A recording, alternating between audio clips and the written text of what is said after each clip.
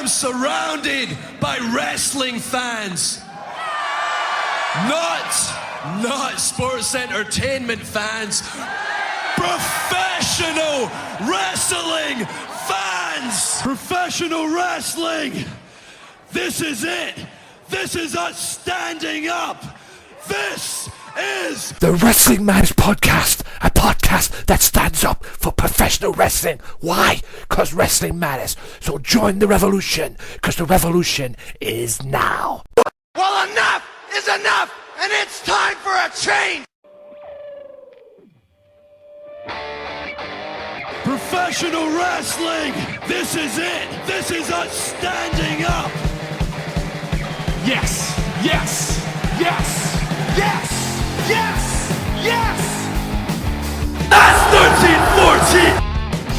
Make it till death! Dina, I am the best in the world. Cause that's the bottom line! Cause Stone Cold said so! What's happening, ladies and gentlemen? It's me, HEAD, back with you for another installment of the Wrestling Matters Podcast. That's right. Today's show we're going to talk Raw and two things of what culture as well. Also, I'm going to play part 2 of the Michael Larkin interview as well. That will be coming later on today on today's show. I've got another interview in the pipelines, ladies and gentlemen, that I recorded this past week, but more on that later on. I'm not alone this week.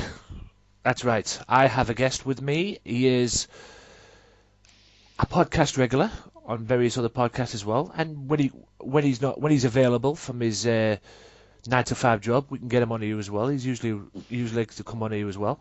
And also, he is Kitty Killer's right-hand man when it comes to the retro Sunday Segue retro roundtable that they do, where they talk about the old school wrestling. It is the one and only Mr. Michael Cook. Hello, great to be back. Yes, great to have you back, mate. It's been a long time. Yeah, it's been a long time. I've been a busy man and that, and yeah, it's just great to have you back nonetheless. And like I said, thanks for coming back on. Like I said, I've already told you what's going to happen on today's show. Two things from what culture, ladies and gentlemen, and obviously we're going to talk about Raw and the big story that is the Bullet Club arriving. That's if they still call themselves the Bullet Club, but it seems that way from social media anyway. But before we get into that, ladies and gentlemen, I'm going to do a few PR things and a few promotions. That's right. Be sure to check out everybody on the Swerve Talk Network. That's right. The Wrestling Matters Podcast is on the Swerve Talk Network. Be sure to check out everybody on there, from Kitty Killer, Sunday Segue. Yes, Sunday Segue still exists. Offshoot Radio, Max Wrestling, Evan McCabe, and everybody else that's on there as well. Be sure to check them all out. Also check out the Mystery Island as well. Check out my boys, Mr. David Anderson as well. Check him out. And check everybody out on there as well. And if you're in the area, Birkenhead, get yourself over there at times. There's going to be some wrestlers over there. They've had Rockstar Spud, they've had Carlito, they've had everybody up there. Chris Masters, the lot. So get yourself over there if you're in the area. Right, Mr. Cook, before we get into our main piece of this podcast, I want to get your opinion on something. Being that you, especially Kenny, are big fans of the New Japan Pro Wrestling, and don't get me wrong, ladies and gentlemen, I am too. I've seen a few of their stuff as well, which is very, very good. I want to get your opinion on something. Something came up this week, according to Wrestle Talk TV, and it happened via on Twitter, with probably Ring of Honor's #1 tag team and New Japan's as well, the Young Bucks. It happened going back to last week when or 2 weeks ago, in fact, on Raw, when Wade Barrett got kicked out the League of Nations. Mm-hmm. Young Bucks tweeted, "The Bullet Club wouldn't do that to you, sir." And now there's a talk going around that Wade Barrett, when his contract expires in WWE, could be on the verge of going to the New Japan Pro Wrestling to join the Bullet Club. What's your take on that? That would definitely be a good move. I think Wade Barrett, I think he could do a real strong style type of wrestling in New Japan. So I think he'd fit in well. him against Shibata, they would knock 7 shades of shit out of each other. That would be really good. So yeah, I hope that's. But you know what the Young Bucks are like, stirring rumours and all that. Yeah, I mean they're currently signed a deal with Ring of Honor as well. So yeah. So even though Ring of Honor and New Japan are still partners, they still exist in New Japan as well. So yeah. But I mean, it's amazing that the Bullet Club's even around it. To be honest with you, I mean, considering what's gone down, I mean, Carl Anderson and Doc Gallows have just joined WWE. More on that later. Yeah. Styles has left. He's now in WWE. Hell, Balor left there when Styles replaced him to join NXT. He's now the standard bearer of NXT. So it's amazing they're still around at the moment, but it seems that way. Yeah, I mean they're just evolving perfectly, I think, because they've got Kenny Omega as the leader now, and he's so good. I watched him on Ring of Honor TV last week against ACH, and even his ring entrance with the sweeping brush is so good. He's the charisma he's got. Yeah. So yeah, I think him as the leader is going to be a good thing. So the leader now, but I knew Kenny would be the leader. He took over the leadership role and everything, and the Young Bucks are still there, it seems, and it seems that Wade Barrett may be joining them, according to rumours, which I hope, because he deserves something, Wade Barrett, man. I mean, that poor bastard. Yeah. Fucking should. I mean, he was a standard bearer in the Nexus. Then they got rid of him and thought, oh yeah, well, he's a great idea. Let's replace him with CM Punk. Let's replace him with CM Punk. Send him to the core. He could be the leader of the core. Even though there weren't supposed to be any leaders in that group anyway. At least not the Wade. But he was the leader eventually anyway. Let's make him the leader of the core. And let's make CM Punk the leader of the Nexus and call it the new Nexus. Even though many people saw that as straight edge society. So, and then it went downhill from there. And the last major thing was the King of the Ring that he won. The last major honor he had, which, well, I've already said my piece about the King of the Ring. King of the Ring is just a gimmick now. Oh yeah, it means nothing now. Not like the 90s. Yeah. The King of the Ring is just a gimmick now. I mean, back in the day, like I've said many times on here, that was on pay-per-view back in the day, and that actually meant something. I mean, look at the things I mean. I mean, King Mabel won it in '95. Big Mabel won it in '95. Viscera or Big Daddy V, whatever you know him as. You know, SummerSlam, he got a title shot. Same with Owen as well. He got a title shot as well when he won King of the Ring. You know, Brock Lesnar won it. The final guy to win it on pay-per-view. Brock Lesnar won it. 2 months later, he wins the WWE title at SummerSlam. Yeah. You know, it's all that stuff. I mean, that's why, in my opinion, even if they put it on the network, like they did with the Elimination Chamber, they need to bring it back. Yeah, I mean, maybe like before SummerSlam. So like when Brock Lesnar won, he faced the champion in the SummerSlam. They could do that again. Yeah. Maybe even get rid of Money in the Bank, really. Because there's something that bothers me about the Money in the Bank is where there's a possibility of him cashing it in like stupidly, like at the end of a match. How about you win it, you win the tournament, and you know when you're going to be challenging. I think I prefer that. Yeah, I mean, I mean, like I said, I was just about to ask you there. Would you prefer them to take off the Money in the Bank pay-per-view and put Money in the Bank back at WrestleMania, where it was the first time before some git came up with the idea? Oh yeah, we'll make it our own pay-per-view. Would you prefer to put it back on Mania? Put it back on Mania. So the IC title isn't the ladder match once a year, which it seems to be starting now. Yeah, it does seem that way. I mean, everybody was expecting Sami Zayn and Kevin Owens this year to be that match for the Intercontinental Championship one-on-one, but it seems they're going down that route for Payback, except it's going to be one-on-one, not for the Intercontinental Championship, which everybody had hoped for at WrestleMania. And like I say, I still can't believe Zack Ryder won that match. But anyway, even though he got pissed on the next night, which was just ridiculous. Right, let's go to the very first 10 things then. It's a quick one, but top 10 wrestlers. Sorry about that. So top 10 wrestlers that crowned themselves king. Like, they won King of the Ring and just crowned themselves king. Which is like, say, for example, you know, King Booker or King Haku or King Race or something like that. And this was very, very, very intriguing indeed. And if you haven't checked out What Culture, check these guys out.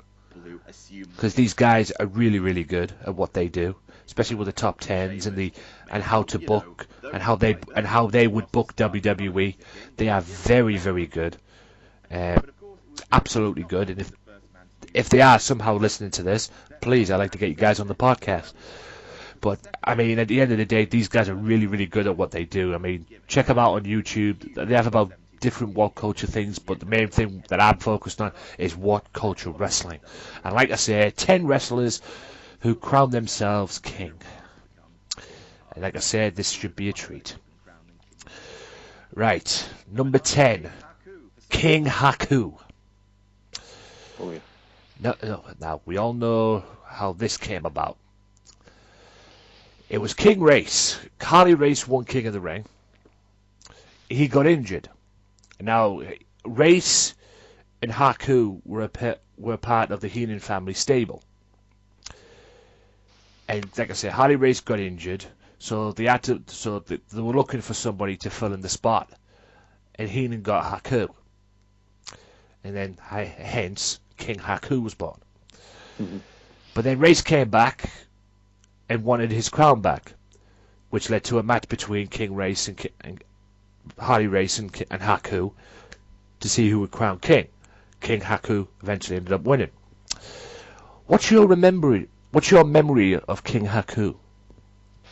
Well, just mainly looking at all the videotapes, he was probably one of the toughest wrestlers on there. He could legitimately kill Hulk Hogan for the title if they gave him the chance. Yeah. But yeah, and him in WCW was Meng. Yeah. If DX managed to get through those doors back in '98, I think Meng and Barbarian would have been waiting for him. yeah, that would have been. That's when. I mean, don't get me wrong. He was a bad wrestler, Haku. But that's when he was at his best in WCW. Because when you seen him in WCW as Meng, that's when you knew. I mean, like you correctly said there. I mean, JBL mentioned it one time. It would when DX invaded WCW. Yeah. They did that invasion in WCW. They wanted Haku and Ken Shamrock to fight. Oh. I would have paid to see that. Like I would have paid to see it too. They all wanted him. They were all hoping that WCW would come and fight them because they wanted to see Haku and Meng and Ken Shamrock fighting. But like I say, that's when you knew in WCW that Haku was a bad motherfucker. That's when you knew because you were like. I mean, I'd have felt sorry for anybody who came up and went, "Oh shit, I have to wrestle him tonight." Fuck. Because when you see the listing of who's going to be on the card tonight and you're his opponent, you know it's going to be I'm done. Bad. Yep. Need paid extra. Yeah, paid extra, please. Paid extra. Either that, you're going to wake up in a hospital bed. Mm-hmm. Now, King Haku lost that crown to number 9, King Duggan. Hacksaw Jim Duggan. Yeah. Now, probably the most craziest wrestler I've ever met. This guy was a nutcase. What do you remember of old Hacksaw, Mr. Ho? You know. Oh, but he was just the Patriot, proper babyface all the way. I mean, I think they turned him heel once, didn't they, in WCW, where they had him with a Canadian flag. Yeah. Which didn't look right. But that was WCW back then. Yeah, Team Canada. Yeah, but I liked him as King Duggan. I think at SummerSlam '89, his 2x4 had a little crown on. Yeah, yeah, and that's when he had the face paint with Demolition. That's right, yeah. Tag match with Demolition, 6-man tag with Demolition, and I believe it was the Heenan family as well. They Yeah. went up against the Heenan family. The Colossal Connection team of Haku and Andrew the Giant. I can't remember who the other team was. I believe it was Boss. There you go. Bossman and Akeem, yeah. Yeah, it was Bossman and Akeem. Yeah, it was Andre and Bossman Akeem, yeah. It was Twin Towers, because Duggan had beef with Andre, and we all know Demolition, and it was Demolition and Twin Towers, because I believe Demolition... Oh no, they weren't the tag team champions, but, they were a tag team nonetheless. Yeah. Tag team champions were Brainbusters, and they went up against the Hart Foundation. That's right, yeah. As the opening contest, even though it wasn't for the tag belts, even though they just won it. I think they just won it a week prior. They won the tag titles a week prior to. So the contract was already signed. Yeah. But just the little things like that made it good back then, yeah. Yeah. I think they won it a week prior to SummerSlam. I believe that's what it was anyway. The Brainbusters. Number 8. Duggan eventually ended up losing that right to be called King Duggan to the one and only Macho Man Randy Savage. Oh, yeah. Macho King. Yeah. And old sensational Queen Sherry. I liked this guy's reign as king. Probably a whole lot better than Duggan's.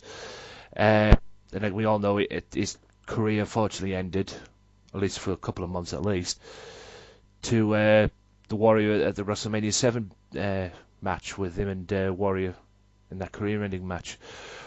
What's your take? What's your memory of Macho King Randy Savage? Well, every time when the 1993 King of the Ring was brought out, the first thing I thought of was, is Macho Man gonna come back and become the king again? Because every time I think of King, I think of Macho King. Yeah. I mean, no offense to Jerry Lawler, but that was past my time. So Macho Man as the King was perfect. It just suited him, especially when they were carrying him to the ring on the throne, and it was brilliant. Yeah. And the way he smashed the scepter over Ultimate Warrior's head at Royal Rumble 91. Yeah, and Queen Sherry next to him. Yeah. It was so good, so good. Yeah, it's a shame it all ended in 91, at least for that brief period of time, and he came back as Macho Man and had that feud with Jake Roberts. Yeah, and he didn't want to be, and we all know how it ended up him going to WCW, because he didn't want to be, he didn't want to be a part. He didn't want to be a part of the commentary team. He felt he had some juice left in him. Yeah, and he did as well. And he had some great matches in WCW. Yeah, he had some great matches, and hell, for crying out loud, he even won a Battle Royal to become world champion. The World War III Battle Royal to become world champion. Controversial if you're a Hogan fan, but hell, he still won it anyway. Like I say, he even proved he still had some juice left, but we all know that Vince was going in a different direction back then. The next one after that was 1994, King Owen Hart, King of Hearts. Dear Owen. Guy who can't be in the Hall of Fame due to personal matters and everything. And I mean, I know you probably got a list as I have of memories of Owen Hart, but what's your memory of Owen Hart? Oh, it was just... What's your memory of him as king as well? Oh, well, I've just recently watched King of the Ring 94, because we were going to be talking about that on our Retro Roundtable on Sunday Segway. And he was such a good wrestler, just on par with Brett, wasn't he? I mean, and he just... Only he could have worn that crown the way he did. He looked like a big velvet bin, but you can't imagine Austin in '96 wearing that same crown, and he just wore it perfectly with that smug grin on his face. It was so good. Yeah, him and he won King of the Ring thanks to Jim as well. Yeah, Jim Neidhart came out. Yeah, Jim Neidhart helped him out a little bit, and it was like him and Neidhart against probably Brett and the rest of the family, which led to their match at the '94 SummerSlam. Yeah. That cage match. everybody got involved in the match and everything, and all hell broke loose. But yeah, I mean, I could give you a lot of memories about Owen Hart, quite frankly. We'd be here all day. A lot of great memories, especially when he was king. Now, the next one is King Cesaro. Now, this has got nothing to do with the King of the Ring. The reason why this guy was called King Cesaro, or this guy dubbed himself King of Cesaro, was the King of Swing. That giant swing that he does. It seemed to, he did it once, and it got over with the fans. So he kept on doing it, and they dubbed him the King of Swing. I mean, what was your take on that? The big whole thing. I mean, did you ever expected that swing, that giant swing that he does, to get over?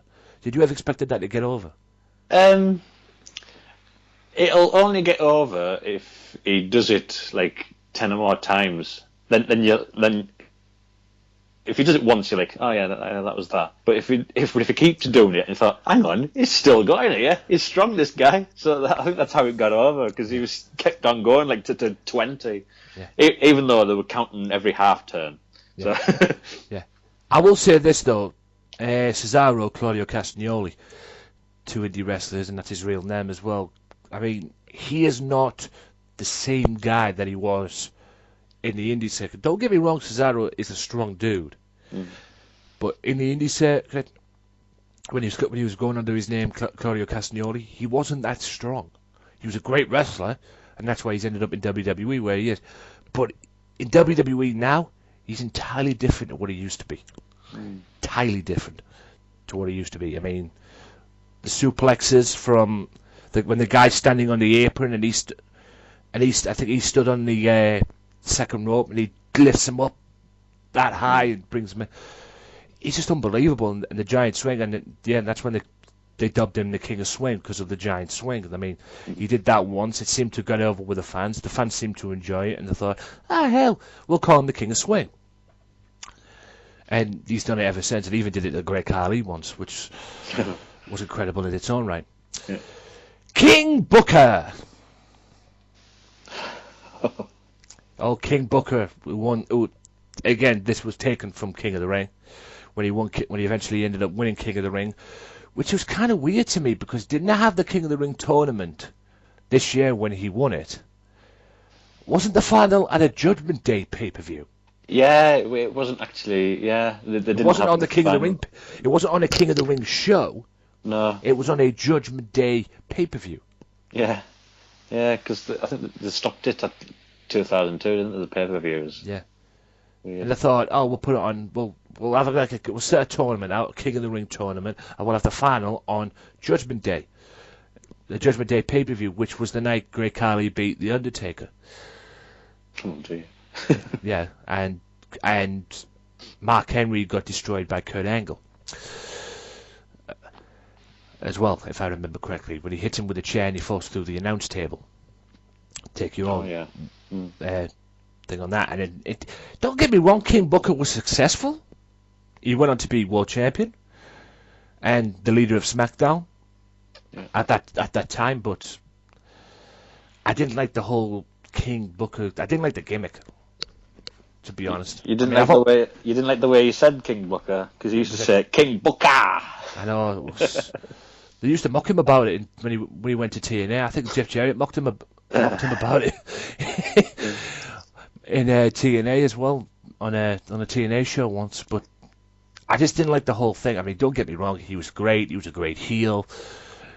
You know, for the time they had with him as champion. JBL, back when he was a good commentator, ladies and gentlemen. He's not now. Oh no. You know, he used to feed off him and everything, but I didn't like the whole gimmick thing. I mean, I think they went a little bit too far with the whole King Booker gimmick. If they just kept him, don't get me wrong, call him King Booker, but don't make him like King Booker. I mean, the way he was talking, it was like, dude, you could speak normal. Just talk normal, for fuck's sake. But they didn't have him like that. They put it was like a gimmick at the end of the day, and I didn't like it, but I'm not going to deny it wasn't successful. Now, this one was intriguing to me. Jerry the King Lawler. is the next one. Now, it was intriguing to me. It was because how he ended up winning the King of the Ring, or calling himself Jerry the King Lawler. Because I always thought that he had that, when he first came in, they gave him that as a gimmick. Even though it was a gimmick, and it turned out to be a gimmick, but they gave him that, oh yeah, we're going to call you, when you first come in, you're looking for this character, oh yeah, we're going to call you Jerry the King Lawler. That kind of way. But it wasn't true. Because he eventually ended up winning that right to be called King, and eventually be called Jerry the King Lawler, because he beat his mentor in a match, Jackie Fargo, who was King of Memphis. Which, like I said, very intriguing. Him and this young upstart Jerry Lawler and the legend, the mentor, Jackie Fargo, and he ended up beating him for the title, and then the whole thing fitted Jerry Lawler that much. We'll just call you Jerry the King Lawler, and it stuck with him ever since. And he ended up becoming the King of Memphis, former AWA champion. And at one point, he even came out with an entrance with his horses, and then it all led to him having the King's Court in WWE, and then that Survivor Series when it was sneezy, cheesy, dopey, and all that. Bleazy. Yeah. What's your fondest memory of Mr. Lawler? Um, I don't mention the heart attack. Oh no. I liked his commentary on during as a heel. Yeah. Because as I said before, I didn't really see him in the 80s when he was huge in Memphis. But I liked his commentary, and yeah. He was such a good heel, siding with Mr. McMahon all the time. And Yeah. I'm just glad he's going back to that now on SmackDown, being a heel, siding with all the bad guys. Yeah, he seems to be going that. He seems to be going back that way on SmackDown. I mean, if anybody knows how to be a heel when it comes to commentator, it's Jerry Lawler. Definitely. I've never denied that. If anyone knows how to, JBL should take some lessons from him. But I listened to his podcast with Jericho, and he was talking about Andy Kaufman. So I looked up all that just to see, and unbelievable. Everybody didn't realise it was all planned and all this, and that they actually liked each other. Yeah. Apparently Jim Carrey was a dick with Jerry Lawler because he was playing Andy Kaufman, and he thought Andy Kaufman and him actually hated each other, but they actually got on and planned it all on what do you call it, David Letterman. Yeah, I believe didn't Jerry Lawler power drive Jim Carrey once and break his neck? I'm sure he gave him a little bit extra. Yeah, I'm sure. I swear. I'm sure I read that. I read that. Or he slapped him or something. Yeah. Something where he's going. I believe if I remember, I'm sure I read correct. I read this somewhere that he actually, during all this, he actually power drove him and broke his neck. I'm sure it was the power driving situation when he broke his neck and everything. Yeah. I'm sure it was, but Jerry Lawler had some great feuds back in the day. I managed to watch, his rivalry with Savage. He had a heated feud with Macho Man. He had a heated feud with many others as well, even Hulk Hogan. Hogan when he went to Memphis. Rick Rude as well. Yeah. He had a very heated feud with Rick Rude, getting to the point where they were smashing each other's cars up. Yeah. Oh, and the empty arena with Terry Funk. And the empty arena. Eye! Yeah, the empty arena with Terry Funk when he stabbed Terry Funk in the eye. And then Terry Funk became a one-eyed bandit, if you will. Yeah. But it was just the most bizarre. I'd even recommend. I think it was in '93. Role reversals. Him and Bret Hart had a feud. In WWE, Bret Hart was the face, but in Memphis they swapped it, and Bret Hart was a bad guy in 1993.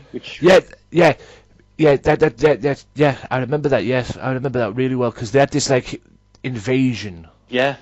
angle that they were doing in Memphis at the time with WWF stars. I remember because Jerry Lawler was the unified champion at the time, and they were bringing people in like Tatanka. They were bringing in hell. They even brought Savage in for Pete's sake. Yeah. They were bringing Savage in. They were bringing Tatanka in, and it was like Jerry Lawler versus Vince McMahon. Because Vince McMahon even popped up on occasions as well on Memphis television. Yeah. There was like this Mr. McMahon 4 years before. Yeah, the Mr. McMahon character was born well before WWE got out of it. Yeah. It was born well before that in Memphis, and like I said, they even brought in Savage. They brought in Tatanka. They brought in Papa Shango, who's now the Hall of Fame Godfather. They even brought all that in as well. I mean, it was just some good stuff, and like you correctly say, he was a babyface then, but when he came up to WWE, he was a heel. Yeah. Which was very. It must have been an interesting time. I mean, I managed to see some of it on YouTube as well, that angle, but it was good stuff. It was some good stuff as well. I mean, the matches, like I say, he had matches with Angle, he had matches with Tatanka being the champion. I still can't believe Tatanka was actually in the Battle Royal at WrestleMania 32, but anyway. Yeah, he was there, but like no build up. No build up to it. There was no build up for the entire Battle Royal itself. To be honest with you, Even Shaquille O'Neal just running down the ramp like, yeah, here I am. Yeah, make a thing of it. Yeah, Here is. Yeah, they need to start building that Battle Royal up a bit better, if you ask me. Yeah. But that was just. You don't. The thing is with that Battle Royal, you don't know who's going to be in it until the actual thing itself. Yeah, Kane was in it. Social Outcasts were in it. Big Show was in it. But that's all we knew. Everybody else just came in randomly. And don't get me started on R-Truth and Goldust. We could be here all day. But anyway, the next one is the King of Strong Style. A guy who made his debut at NXT TakeOver. And probably one of the damnedest matches I've ever seen. With him and one Sami Zayn. Shinsuke Nakamura. God. I mean, do I even need to ask what your memories of this guy is? Oh, this guy is so good. Like, I mean, I first saw him at Wrestle Kingdom last year against Ibushi, and I thought I'm an instant fan. Just got the charisma and now today against Sami Zayn, that's a match of the year candidate. It is. On his debut. Yeah. So that's what you can't have a better debut than that. So Yeah. and I'm just glad they're letting him in NXT anyways be himself. Yeah. So former IWGP Intercontinental Champion. yeah, and he faced. I haven't seen it yet, but I'm definitely going to on New Japan World against Brock Lesnar. He faced him back when Brock Lesnar was in New Japan. So that's something to look out for. Yeah, that'll be. And if you ever find that match, please send it to me on Twitter or something. Oh, definitely. That'll be a fucking. I wonder if they'll ever face in WWE. That'll be intriguing. Yeah, that'd be a good one. Yeah, that'll be definitely a good one. That'll draw money. If you want a strong style match, definitely. Yeah, they'll beat the piss out of each other. I mean, and laugh while doing it. Yeah, I mean, yeah. Like I say, King of Strong Style Nakamura against the King of Suplexes at the moment, Brock Lesnar. Yeah, that'll be. Yeah, I'd definitely pay to see that match. And no prizes in guessing who number one is. Bow down to the King. Oh yeah, The King of the Authority. King of Kings himself. Yeah. Oh, well, that's definitely one guy who was actually calling himself King. Yeah. No, everybody else like maybe won something. He's just calling himself King. Yeah, it was. I don't know how that King gimmick came about. Maybe.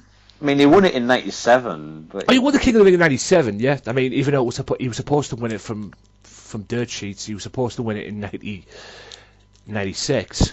Yeah, Austin's even said, because that was it the curtain call? The curtain with call. Diesel and Reza Ramon. It sort of ruined his chances. So. Yeah, the curtain call fucked that up. Yeah, but Triple H has actually said that he wasn't ready. So it was sort of a good thing that he didn't get the King of the Ring. Yeah, a positive thing, if you will. It was, I mean, the whole thing itself. I mean, King of the Ring '96, the whole Austin thing, and I always think if Triple H had won that, we would never have got the Austin stuff. Yeah. And then in '97, he eventually ended up winning it, and off to the races he went. Oh, definitely. You know, Intercontinental Champion, and eventually ended up winning the WWE title, even though he didn't win it at SummerSlam. He won it the next night on Raw. Yeah. Many people believe he should have won that at SummerSlam. But anyway. And yeah, that about wraps that first top 10 up, ladies and gentlemen. Still to come, we've got 10 things WWE wants you to forget about The Rock. Oh.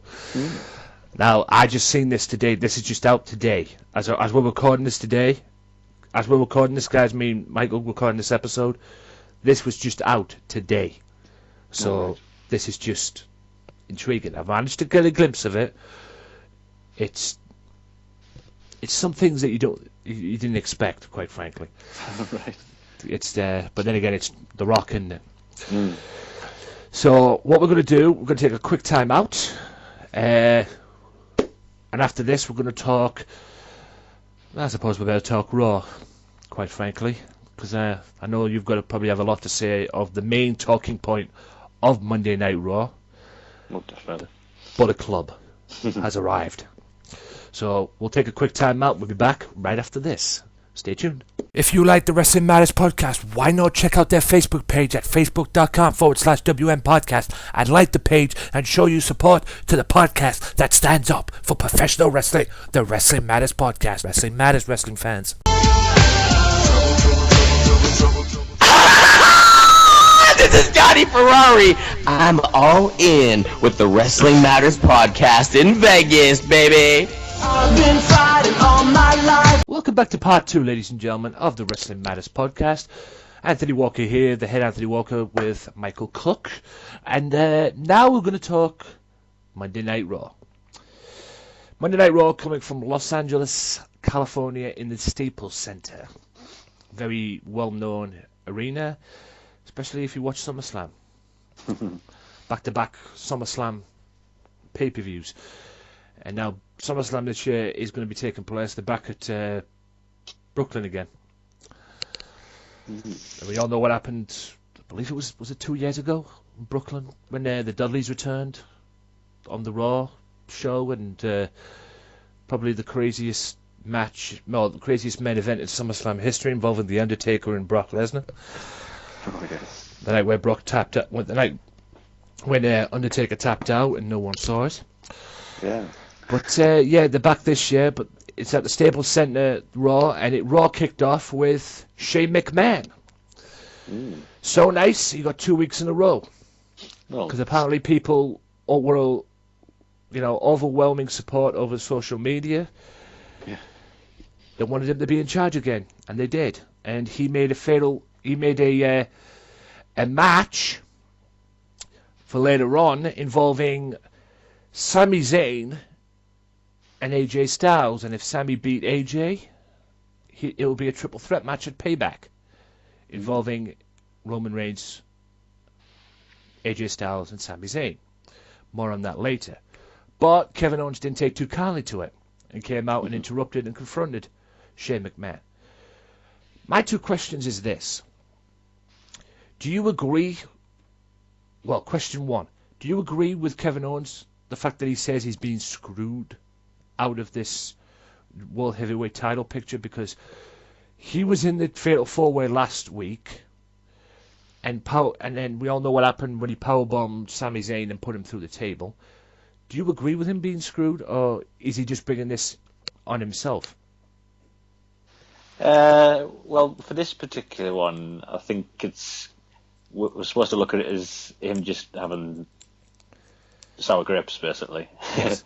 and he's the one that screwed Sami Zayn out of the match.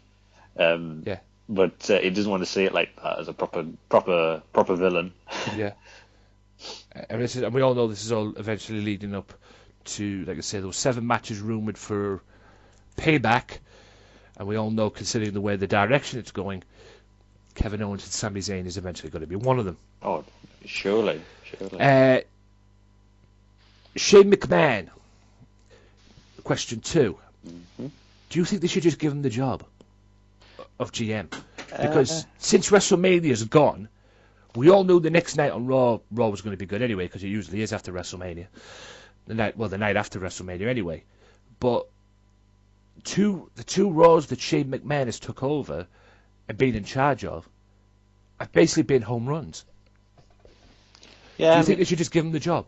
I think people see it that he brings a positive thing to it, even if he's not really running things. But we've got an authority figure that we can get behind, and it makes people more positive. So why not? It's maybe leading up to Triple H coming back and them two having a match or something. Yeah. But all this thing about him, the WrestleMania match means nothing. I thought, well, it was still a good match. So maybe jumping off the cage impressed the evil Mr. McMahon, and he thought, all right, let's see what you can do. It didn't bother me that much. Fucking impressed me. Yeah. What was more impressive about that is the fact that he actually got up and he was able to walk. Oh. Because I swear he killed himself. Yeah. I also said that maybe this is going out of proportion a little bit, but I swear that bump was worse than Foley's in '98. Oh, I'd have to compare the two. I think. Yeah. I think Shane.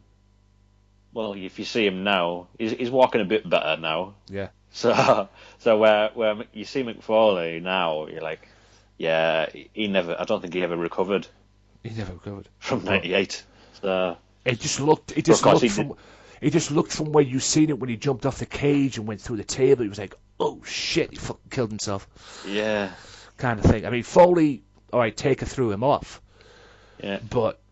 And that put him over. I mean, he for some strange reason, I went to see a comedy show with him on it, and he hates talking about that for some reason. All right, it's not the perfect thing in the world that. Oh, what got you over in WWE? Oh, I got thrown off a cell. But it's not the kind of thing you'd want to say. Oh yeah, what got you over in WWE? What made you a star in WWE? Oh, I got thrown off a cell. Yeah. You know, it's not the kind of thing you want to say. But whether he likes it or not, it's what happened. Eventually did. Now, Shane McMahon was talking about, you know, creating new things and keeping the new show fresh, you know, and you know, making fresh matches and fresh stars and bringing fresh stars on there as well. Although it was a great match, don't get me wrong, but I don't think he started off very well in that respect, because he put on a match that we've already seen many, many times. Mm-hmm. Because Shane booked Kevin Owens after confronting him in a match with the returning Cesaro. And the winner became #1 contender for the Intercontinental Championship, despite the fact that Kevin Owens had a rematch clause in his contract. Yeah, but Shane made him earn it. Yeah, there is he's got a beef about getting screwed right there. Yeah, usually you would get the contract. A lot of people were saying about this match. I mean, don't get me wrong, great match between these two. These two have had great matches before, and Cesaro managed to get the victory and become #1 contender, and he will challenge The Miz, no doubt, at Payback. Do you think this should have been... Could you see this at some point maybe being a fatal four-way involving Kevin Owens and Sami Zayn? Since Kevin Owens, like you correctly say, being screwed out of, because last time I checked, he should have a rematch clause in his contract. So do you think, even though it's supposed to be, for goodness sake, one-on-one with him and Sami Zayn, can you see WWE taking that match and making this a fatal four-way? Just to add Kevin Owens to the mix, because like you say, rematch clause in his contract. Do you think they'll go down that route, or are you expecting a one-on-one match between Cesaro and The Miz? I'm expecting a one-on-one because they seem to have a good thing going with The Miz and Cesaro, especially with Maurice involved now. I'm so glad she's back. But she brings something more to the character of The Miz, like the bottled water thing. We want domestic. We don't drink domestic water. We drink European. And oh, that's brilliant. Yeah, I love Maurice, and I'm glad she's back. I'm not a big fan of The Miz. I mean, yes, ladies and gentlemen, The Miz was WWE champion at one point. But I'm glad Maurice is back, and I'm glad The Miz has got rid of that Lady Gaga outfit as well. He's got a decent new credible outfit now that he debuted. I believe he debuted at Mania as well. So now he's got rid of that fucking black outfit with the hood over his head, which looks like something out of a Lady Gaga wardrobe. But doesn't this all make him a great heel, though? You really hate him, and that's perfect. That's his job. I've never denied the fact that he's not. He's more better as a heel because I think they put him as a babyface one point, and nobody cared. Nobody cared about it because they all wanted to cheer. They all wanted to boo him out the building. And he's married to Maurice, which is even worse. It's like, you lucky bugger, you. Yeah, I mean, like I say, I'm just glad Maurice is back. Will she get in the ring? Who knows? Like I said, they brought the women's title back. Yay! Yeah. Thank fuck for that. Got rid of that butterfly bullshit. But like I say, is Maurice back as Mrs. Manager? It seems that way. But like I say, will she ever get back in the ring? I hope so. But it seems it's going to be Cesaro and The Miz, and like I say, all due respect to The Miz, I'm pulling for Cesaro on that one. Oh yeah. On that one, because if there's anybody who needs to be some credibility back from his injuries and everything, it's definitely Cesaro. Now, it was announced that there was going to be a tag team title tournament. Now, a tag team tournament to determine the number one contenders for the seemingly babyface New Day. Yeah. And their tag team titles. And it kicked off with the Dudley Boys and the Lucha Dragons, Sin Cara and current US champion Kalisto. Seemed an easy win for the Dudley Boys from what I saw. Yeah. Yes, the Lucha Dragons were credible and they did do some fight back, but we all knew the Dudley Boys were going to go through. At least I did anyway. So where do you see the Dudley Boys going in this tournament? Do you see them going all the way to the end, or do you have a different pick to win? I think I wouldn't be surprised if the Vaudevillains win it. I think they'll get Dudley's will get Enzo and Cass.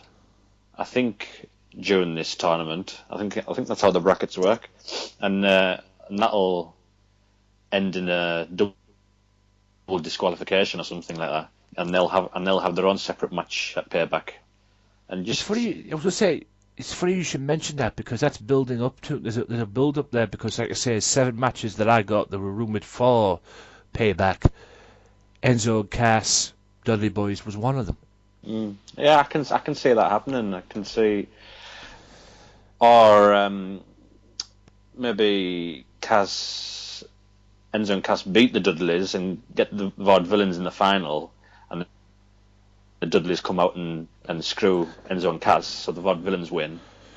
I think that'll be a good way to go. I swear if you ever go out with Enzo and Cass and Carmella just one time, right, I swear it'll be like an episode of Friends. Yeah. How you doing? It'll be like an episode of Friends, man. It'll be great. And yeah, it seems that way as well. I mean, what do you see the future for Big Cass and Enzo? I mean, hopefully it'll be good and they won't be ending up back at the square one again. I mean, if there's ever a team that's over in WWE, it's these two. Trust me. Oh, definitely. I mean, just keep them together. Don't break them up. Just let them have maybe 5 years together. I mean, we're too quick to. Imagine if the Rockers were only together a couple of months, and then they did the barbershop window thing. It wouldn't have mattered, would it? They were together for ages, and then that's how the breakup meant something. So keep them together. And if they keep going the way they're going, they'll be a good tag team. No, everybody doesn't have to be the WWE champion. Let them be a great tag team. Yeah, I mean, they should have been NXT tag team champions, quite frankly, in my opinion. Oh yeah, but they dropped the ball with that one. But yeah, and for those of you that are wondering where's Carmella, Carmella will be up very, very soon. There's talks of they're bringing her up as well to the main roster, probably just to be their manager, so she'll be up very, very soon. Yeah, I think that would be a good idea, because at first people were booing her. Thought, oh, why did they bring her into it? But she came into her own and she's doing okay. Yeah, and she's already had she had a good match with Bayley when she was the number one contender for the NXT Women's title. Yeah. So it seems to be good things, and I just hope, just once, just put the belts on them. Like they should have done in NXT, but they didn't. They should have put the belts on them, please. Just one time. Now, World Heavyweight Champion Roman Reigns, Mr. I Get Booed, and Mr. John Cena 2.0 come out, and the League of Nations, the newly revamped League of Nations, came out and confronted them, because now the League of Nations has gone from 4 to 3, with Sheamus, Alberto Del Rio, and Rusev. They came out.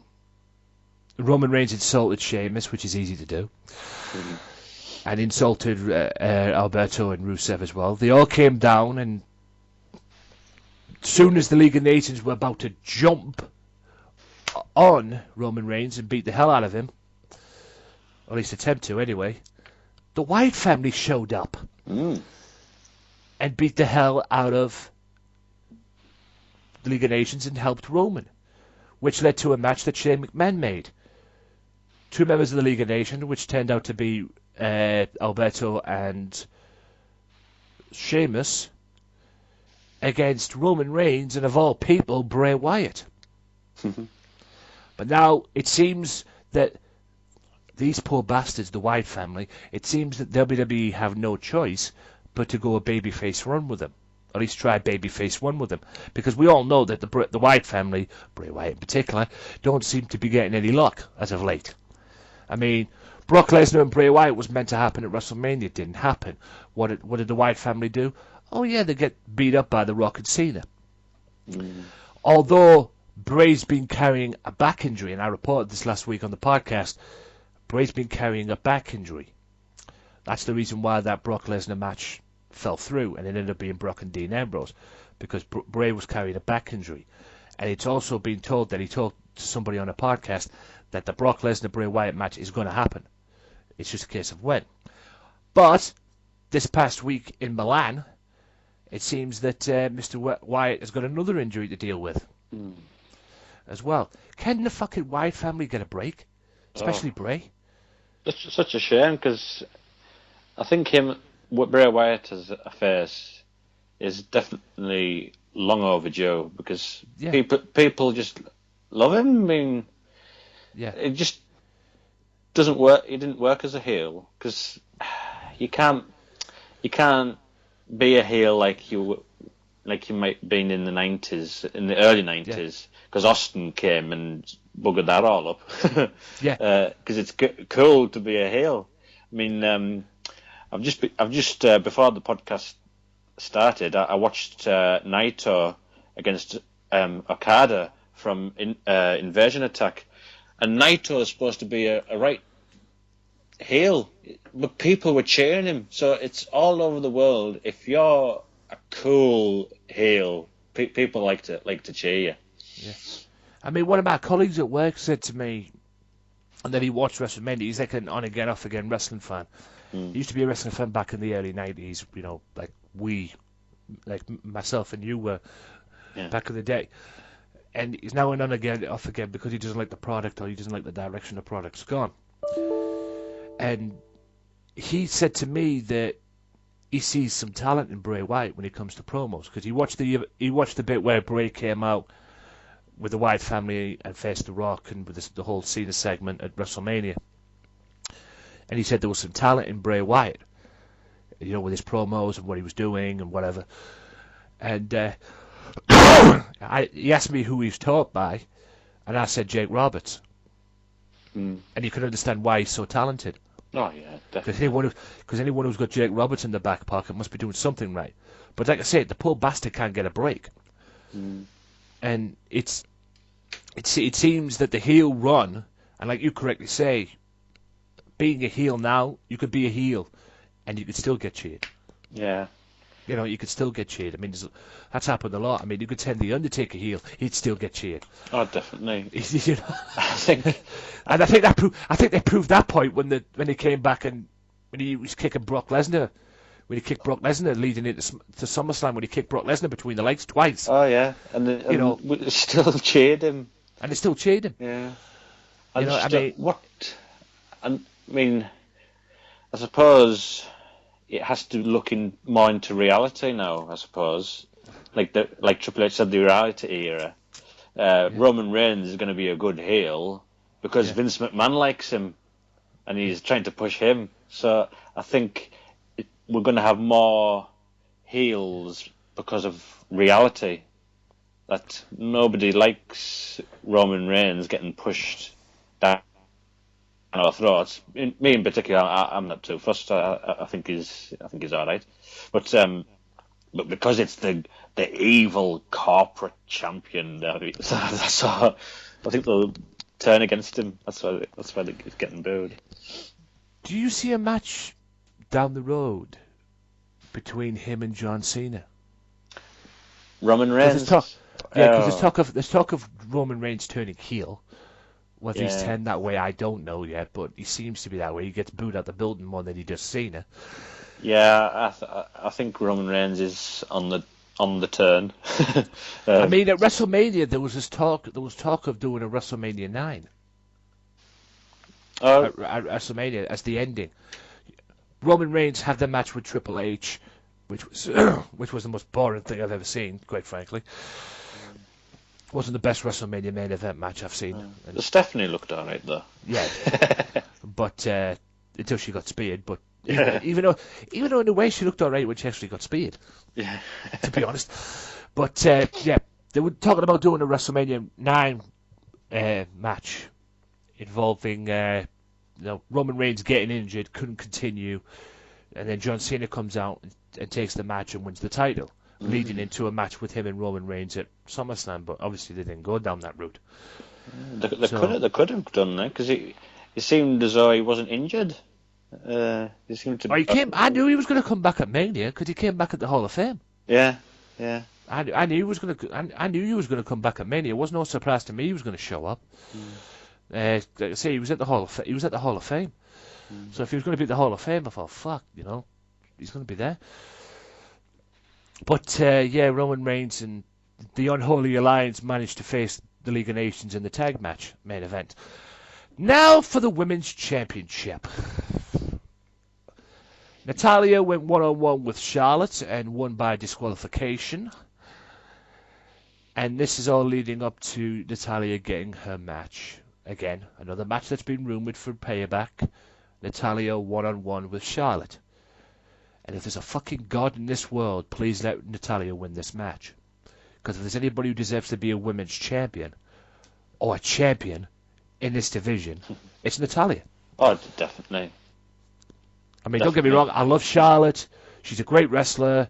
This whole thing with her daddy's driving me insane. Because she doesn't need it, and it's making her look stupid.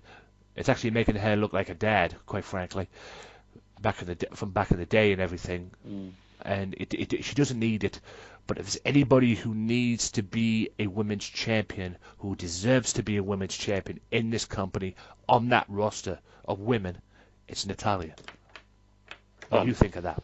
Oh, I agree. I think because she's helped all the new women wrestlers in their matches, and so she's like the workhorse. They should bring an IC title women's belt, the workhorse title. Yeah. Do you know what? Do you know what the irony is about this? Who put Charlotte over in NXT? Yeah. Natalya. Yeah, it was Natalya. Yeah. Because Charlotte won her first NXT women's title at the expense of Natalya. So obviously, I hope it doesn't happen this time around. Because, like I say, if there's anybody who needs to be a champion in this company, it's fucking Natalya. I mean, they should have done this a long time ago, but... I mean, you want to go back to what you said about Bray Wyatt and the babyface not being long overdue. You talk about something that's long overdue. Oh, yeah. And that's Natalya. It should happen, but they may be still thinking about Sasha as well. Which I don't mind Sasha. I don't mind that. Yeah. Sasha can go. Yeah. So it's making it interesting. We're actually talking about the women's division. Yeah. And we're actually talking about the women's division now. It's called the women's division and not the Divas division anymore. anymore. No. Yeah. So obviously they brought the belt back. Yes, it looks like the WWE World Championship, but who cares? Is it weird that I actually like this belt? I don't like. I like the belt. I love the belt. The WWE title. I'm like, I'd rather the winged eagle belt. But as a women's belt, I'm like, I actually like this. I wouldn't care what fucking belt they made, quite frankly, as long as they called it the women's title. Yeah, and it didn't have butterflies on. Yeah, and they could have made it a replica of the Intercontinental Championship, and I still would have. Wouldn't have cared. I'll bring back as long as they called it the women's title or the women's division. Yeah. I'm fucking down with it. All right. You know, as long as it's not called the Divas belt, then you're all right. Oh yeah, or the knockouts like TNA. The knockouts title. Yeah. They're definitely on the back foot now. With Connor's the knockouts title. They'll have to change it now. Yeah, they'll have to change. They'll have to change that now, and they'll have to change the whole division. To be honest with you, considering what I'm seeing on TNA. Don't get me wrong, TNA's been very, very good since the start of the year. Yeah. To go off a side note, it's been very good the start of the year, matches wise at least. But there's a few things down there that I'm not particularly intrigued about. But like they say, match quality. Match-wise, they've been very good. You know, like I've said, Kurt Angle, Bobby Roode, Kurt Angle, Drew Galloway.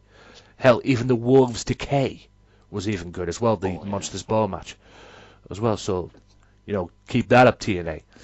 But they definitely need to do some changes in terms of their women's division. Now for the main talking point. I know I'm not talking about the match that was the Usos against Heath Slater and Curtis Axel. And I cannot take these motherfuckers seriously, and no, I'm not talking about the Usos, I'm talking about Social Outcasts. I cannot take them seriously. Yeah. Especially when towards the end of the match they start doing this little cheer lap thing around the ring. They come back in the ring and the boat train.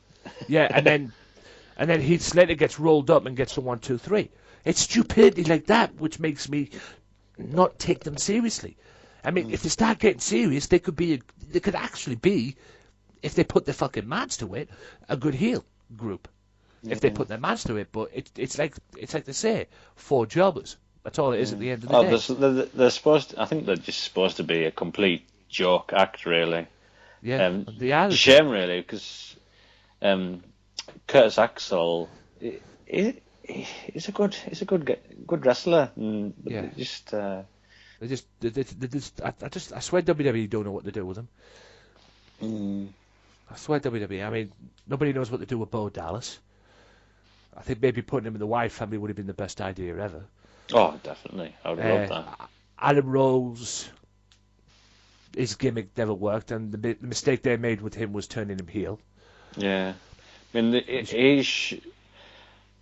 I know they were just experimenting in NXT, but they should bring back him as Leo Kruger, because he was he reminded me of Cactus Jack. I thought, he's perfect. That's the type of guy. He should be feuding with Dean Ambrose. Can you imagine that?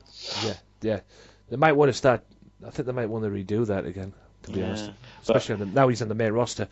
And Heath Slater's been faction boy, I call him.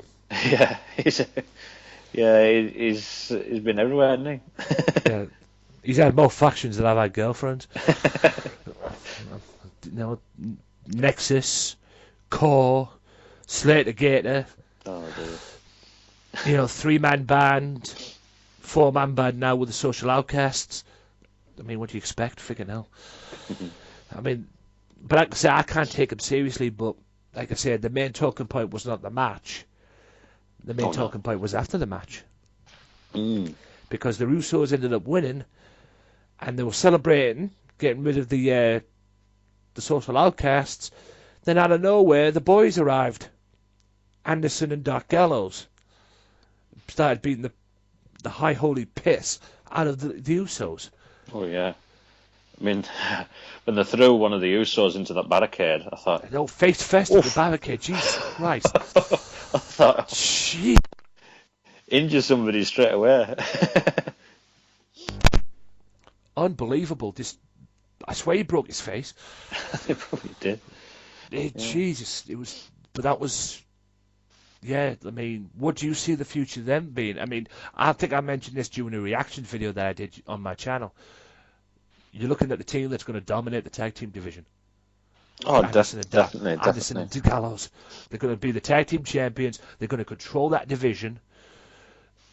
And I think the tag team division in WWE is going to go to a different level once they become tag team champions. Oh, definitely. I mean, they're stacked full now, bringing in Enzo and Kaz and the Vaudevillains, and now these two guys. I mean, you could just build that division around them.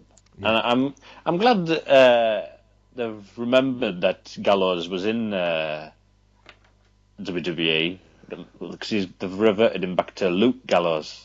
Yeah. But I'm glad Carl Anderson's kept his name. So yeah. I'm liking their philosophy now of keeping the guys' names, like AJ Styles. I suppose if you're well known in like TNA or Japan, you keep your name.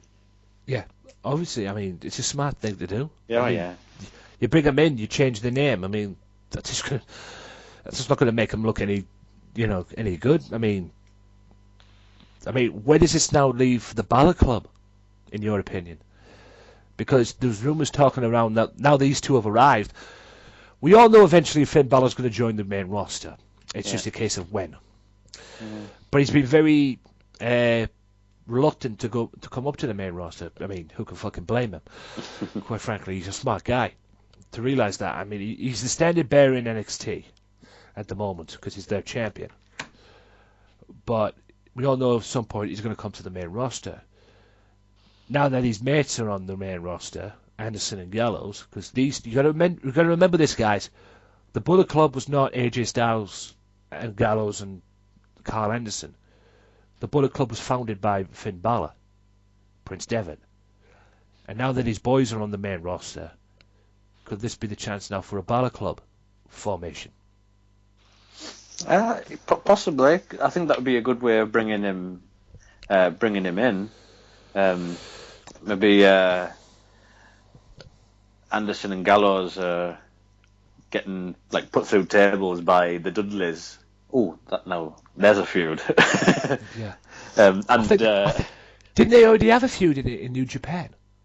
Because I remember the Dudley Boys calling out the Bullet Club at one point.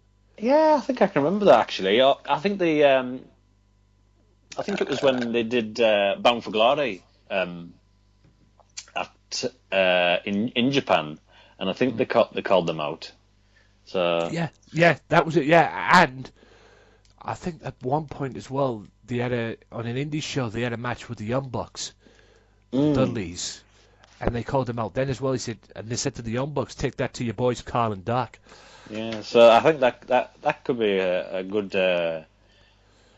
feud It'll be a good later feud. down the line when the Dudleys are finished with Enzo and Cass. So, and then maybe Balor would come up then and like help them and AJ Styles. Yeah, could you see AJ Styles joining this group should it be formed? I Uh, mean, because we all know the Bullet Club was founded by Finn. I think it would. I think it would benefit them. Add a little character to them. Yeah. But it's A four-man group. yeah, I mean, I think it would work okay. I hope people don't expect too much because I think AJ Styles would be good singles. Oh, we all know he's a good singer. Oh yeah. There's a reason he's the phenomenal one, ladies and gentlemen. Yeah. So I think it would be okay. If it doesn't happen, some other formation, maybe a feud with them. Yeah. Like AJ Styles and Balor have a feud with Anderson I and would, Gallows. I would like to see that, to be honest with you. Base it out of what happened when they turned on Styles. Yeah. You know, obviously it was, at the end of the day, it was Kenny Omega, but then they all turned on Styles, didn't they? And Carl Anderson and Doc were a part of that. So base it on that. And then bring Balor into it as well and have that happen. Yeah, because they've got a record now of the talk about the history with Zayn and Owens. So I mean, that feud's been in every fucking way. yeah. So you can say when before AJ Styles debuted with us, he was in a group with Anderson and Gallows. They don't even have to say Bullet Club. We know what you mean. Yeah. And AJ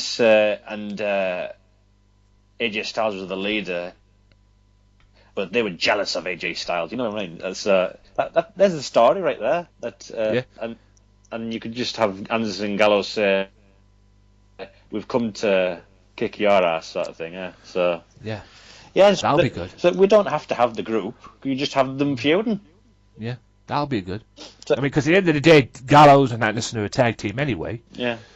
So, let's have it that way. But I would probably prefer it as a group. Because it would be interesting as well to add Balor into it. Because, let's face it, when Balor left, Styles took over. And at the end of the day, Balor was founded the Bullet Club. It was all Balor's idea. The Bullet Club, so... Or Prince Devitt, if you're New Japan Pro Wrestling. So, I mean... It kind of adds it into that way. I mean, that's something to look. That's something for the WWE down the line, man. I mean, that would be interesting to see. I mean, and then, you never know, build up to a battle of the Bullet Club leaders. Mm-hmm. Oh yeah, Balor, Styles. Oh, that sounds nice. That sounds a good. Yeah. Quickly, WrestleMania or SummerSlam? Where would you want to see that match? Oh. If we all know it has to be at one of them shows. Oh, definitely. Yeah. A Finn Balor, AJ Styles. I would have it as WrestleMania, but they'd probably do it. They'd probably do it too early, like they did Styles and Jericho, and yeah, like at WrestleMania, you'd seen Jericho Styles about 500 times. So keep them away from each other until WrestleMania. Yeah. It's so simple, but right. I suppose you've got 3 hours to fill, haven't you? So yeah, that's the problem they have. Yeah. Now, I'll before I get onto the other three main talking points, I might as well throw this one in. Apollo Crews, who seems to be coming up to the main roster now, or at least making that transition to the main roster, even though he's still on NXT as well. But they seem to be doing what they did to him on NXT on the main roster. He's come up, he's beaten members of the Social Outcasts, he beat Aaron Rose on Raw. Do you see this guy having a future on Raw? I mean, he never got to be NXT champion. Yes, he challenged for it, and yes, he had them matches with Baron Corbin and Finn Balor and all them. And he had some good stuff. He did some good stuff on NXT. But do you see this guy being a champion on the main roster? I think it's very, very early days. At the minute, I could see a US title IC title. Because I didn't see anything of him in the Indies where apparently he was really good.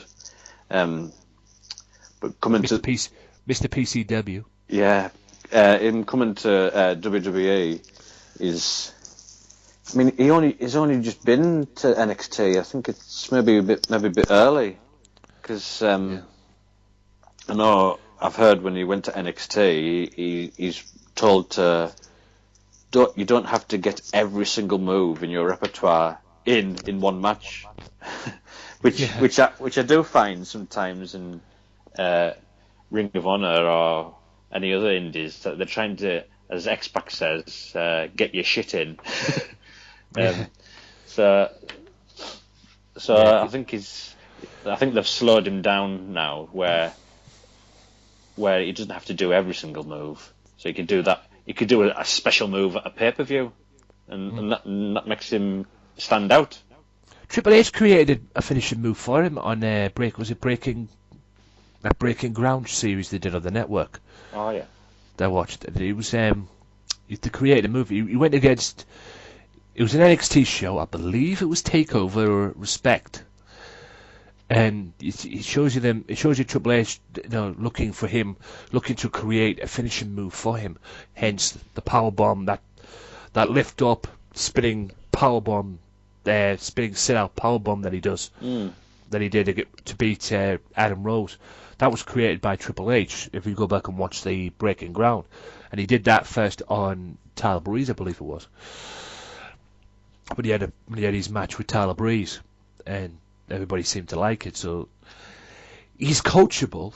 Oh, definitely. He's definitely coachable. But question is, how big will his future be on the roster? Because at the end of the day, unless they're allowing him to be on the roster to get that experience, but keeping him on NXT as well, maybe things could work out. I mean, he's definitely got a future.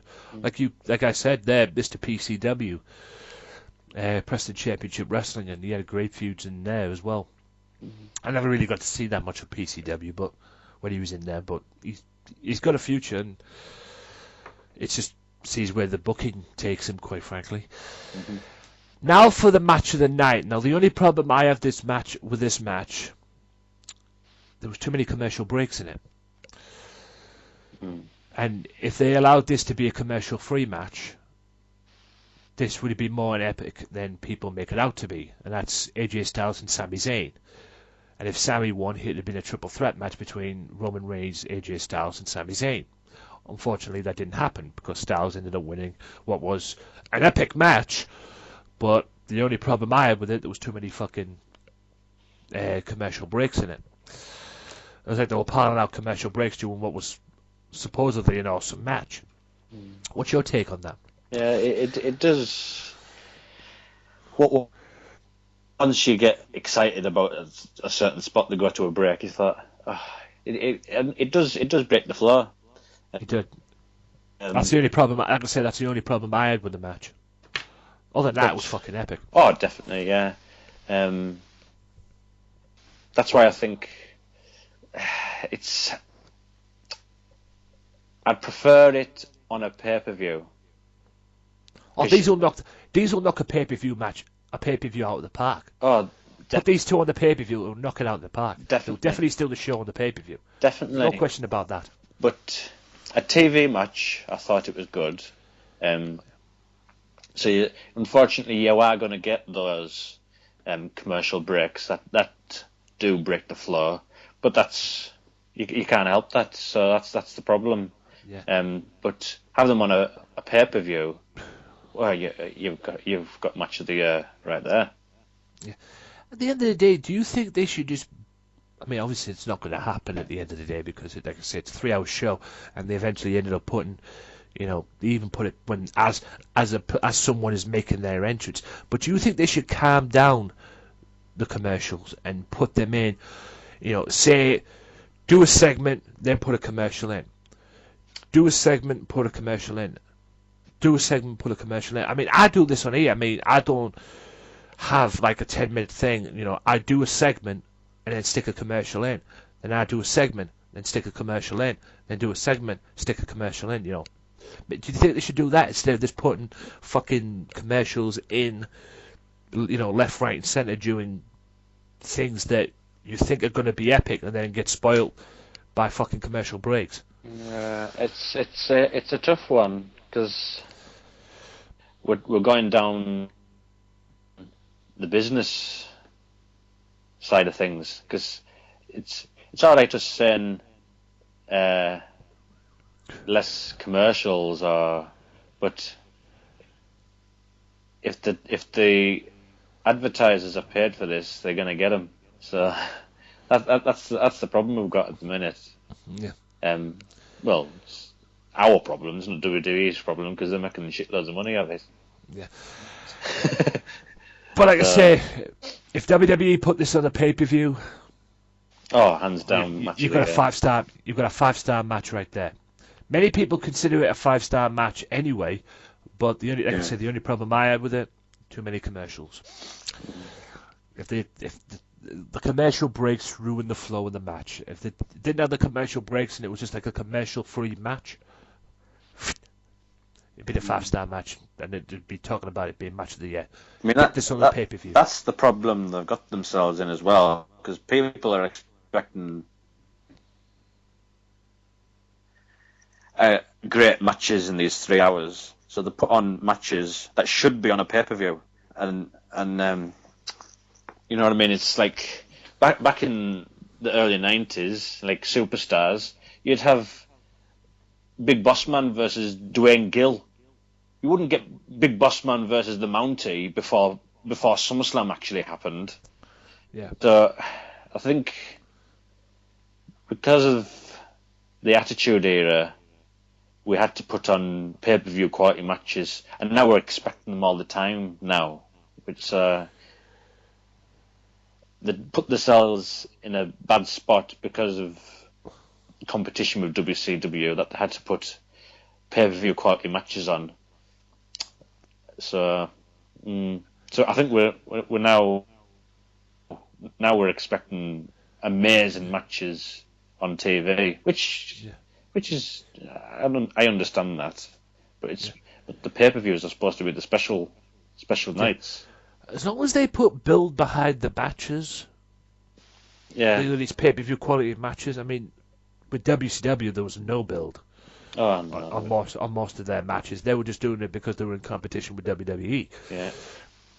But as long as they put build behind the matches, I mean, there was some build to this match, this Styles and Sami Zayn, because Sami Zayn got put through a table by Kevin Owens, and Shane wanted to give him an opportunity to get into the main event, and he did. And like I said, they knocked out the park. The only difference was the commercial spoiled it. They need to start focusing. All right, like I say, you're going to get the commercials, you're going to get all this, but they need to start focusing on, maybe some of the matches, not putting too many commercials in a match, because it ruins the flow of the match. And it's alright for the people that are in the stadium, or at the arena, because they get to see it full, no commercial interruptions and that.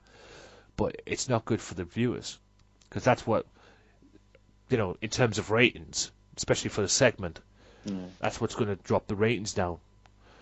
Because you can probably get away with 1 or 2, but if you're going to stick 3 or 4 in there, it's not going to work. It's going to ruin the flow, and it's going to it's going to lower the rating. Now, this match, I don't get, quite frankly. I think they're dropping Dean Ambrose down the barrier again, like they've done many, many times. Dean Ambrose came out and turned the highlight reel into the Ambrose Asylum. And we all know this is going to lead up to an eventual match between them two at Payback, from what I'm rumoured. Do you think this match could work? Because we all know it's going to be. We all know Chris Jericho's going to put him over. Surely the God. Oh, hopefully. Because Ambrose does need something. I mean, he I suppose losing to Brock Lesnar, he still looked good doing it, but he needs a proper clean win against someone like Jericho, Yeah. And He needs a world championship, if you ask me. Yeah, and because Jericho didn't lose at Mania, see, it all makes sense if you put all the puzzles back together. Jericho winning at Mania will help Ambrose beat him later on to make Ambrose look strong as well. So, but apparently, I heard it was supposed to be Ambrose and Jericho at Mania, but with Bray Wyatt getting injured, they had to go with Lesnar and Ambrose. So I think they've always planned a Jericho Ambrose feud at some point, and Jericho's a great heel as well. He's perfect, telling everybody to shut up. Yeah. But like I said, if there's anybody who needs to be a world champion, it's Dean Ambrose, definitely. And also that led to the main event, the Unholy Alliance, involving Roman Reigns and Bray Wyatt against the League of Nations. Now, we all know this is all build up for the League of Nations against the Wyatt family. Again, another match that's been rumoured for Payback. The Wyatt family against the League of Nations, which is now 3 members of the League of Nations. Can you see this match going down, considering what's been happening at the Bray Wyatt lately? You know, the injury in Milan and everything. I mean, do you see this match going down? Obviously, they can't have Bray Wyatt. They have to have Bray Wyatt in the match anyway to make it a 3-on-3 because Luke Harper's out on the shelf. Right. So, well, it depends how severe the injury is with Bray Wyatt. They could just have 2-on-2. I think they might have to. I was going to say, I think they might have to have a go down that route. Yeah, and have him in the corner if. It just depends how injured he is, because if he can't make it to a live show, just being in the corner. Yeah, because Luke Harper, like I say, Luke Harper's on the shelf. Yeah, that's why there's been 3 members of the Wyatt family, not 4. But then, going on that, we're talking Eric Rowan and Strowman holding things together, which is. I mean, don't get me wrong. I like Eric Rowan. It's Strowman that worries me. Yeah. I think Rowan will do all right.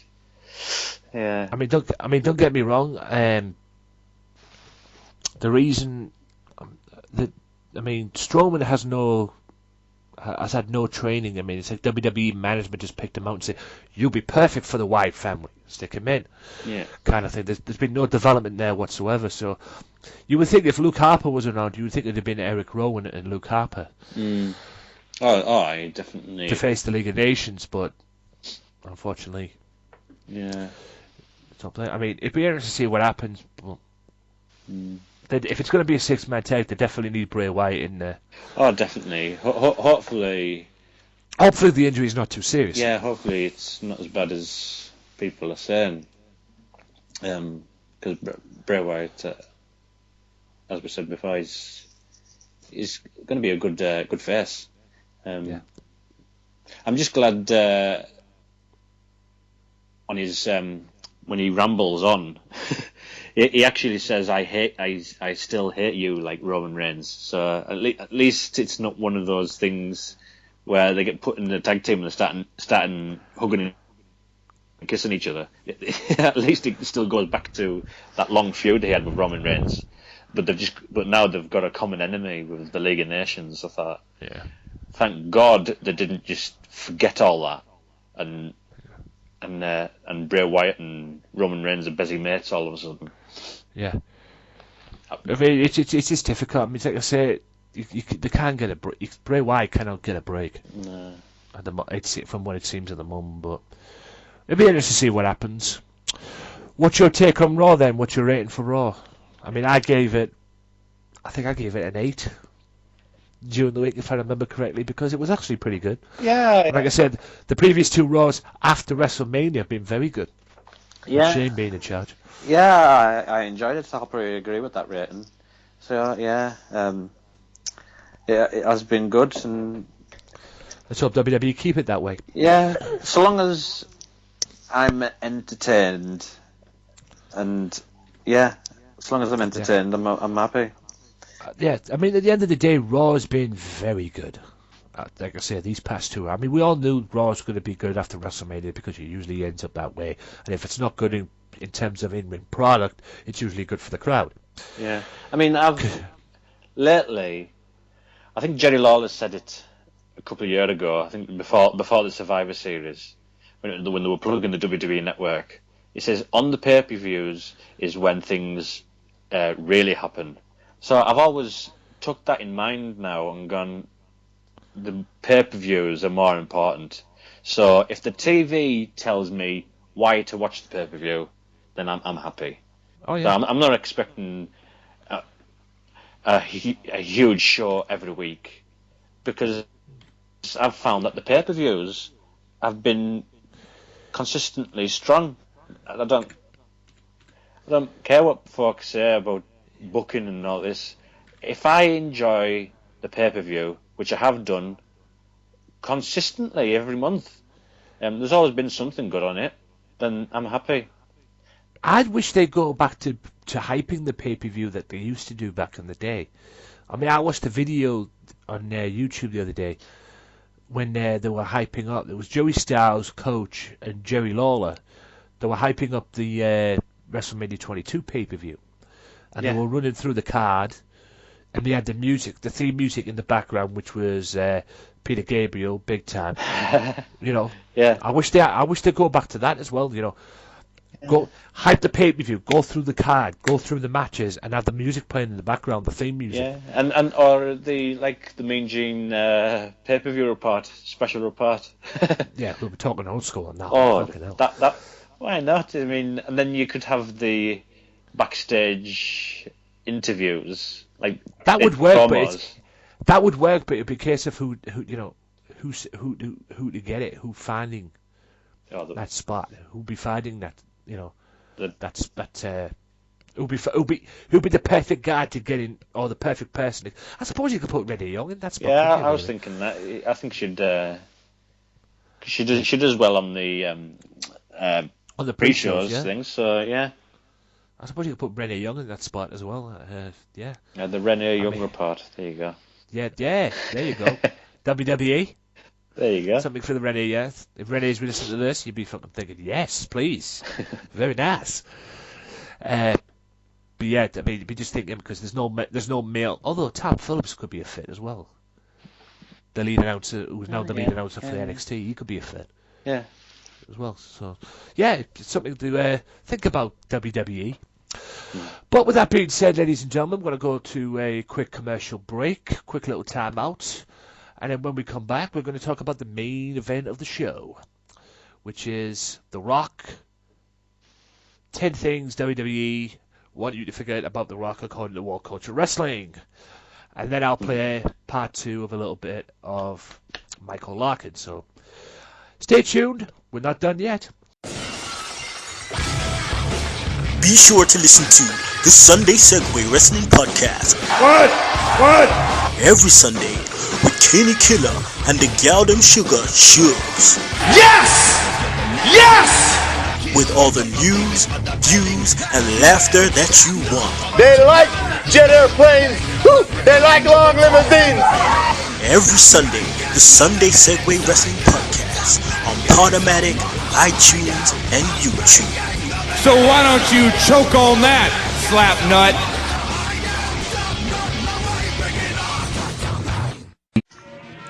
There's only one wrestling podcast that gives you honest, uncut opinions and the most unique trivia since WWE did The Weakest Link. And the only place you can hear the show-stealing podcast promo every single week. Covering WWE, TNA, Ring of Honor, Lucha Underground. Max Wrestling Podcast is the place for you. Join myself, Evan Money Michaela, The Phoenix, and The Butcher. Sundays at 7 p.m. UK time, 2 p.m. Eastern Time with your host, Daddy Dangerously, on VOC Nation and the Swerve Talk Network. Go to matchwrestling.wix.com/matchwrestling or follow us at Match Wrestling UK for more details. Give in to the madness.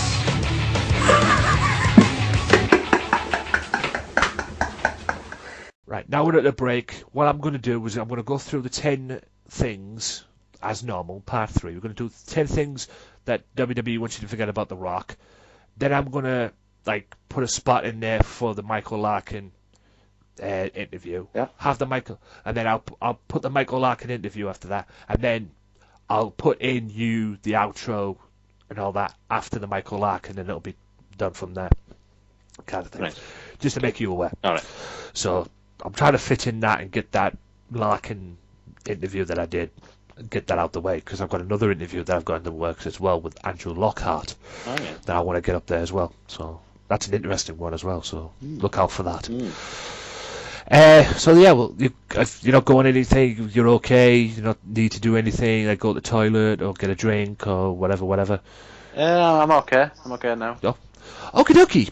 Right, part 3 it is then. Let's get into it. Yeah. 5, 4, 3, 2, 1. Welcome back, ladies and gentlemen, to the final part of the Wrestling Matters podcast. And I'm still here with Michael Cook, the right-hand man for Kinney on the Retro Roundtable that they do, Sunday Segway production. And yeah, we're going to talk about the 10 things that WWE wants you to forget about good old Brahma Bull Dwayne Johnson. That's right. Otherwise known as The Rock. And like I say, as we were recording this, guys, this came out just as we were about to record this came out. So it's very intriguing. I've seen a bit of it. It's What Culture Wrestling. All their links will be in the description below if you see this on YouTube or SoundCloud. And if you check it out on my website, as well as the Swerve Talk Net website as well. Yeah.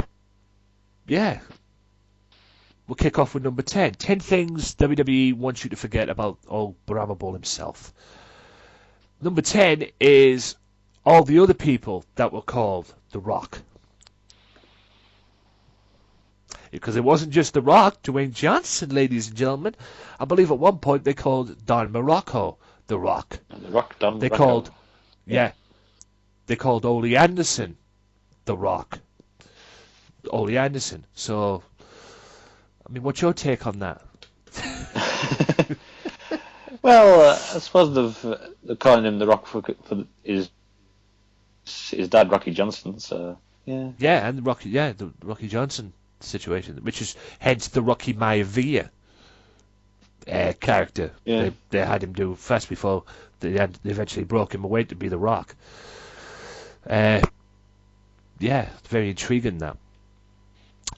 Now, number 9, he borrowed signature catchphrases, or stole signature catchphrases.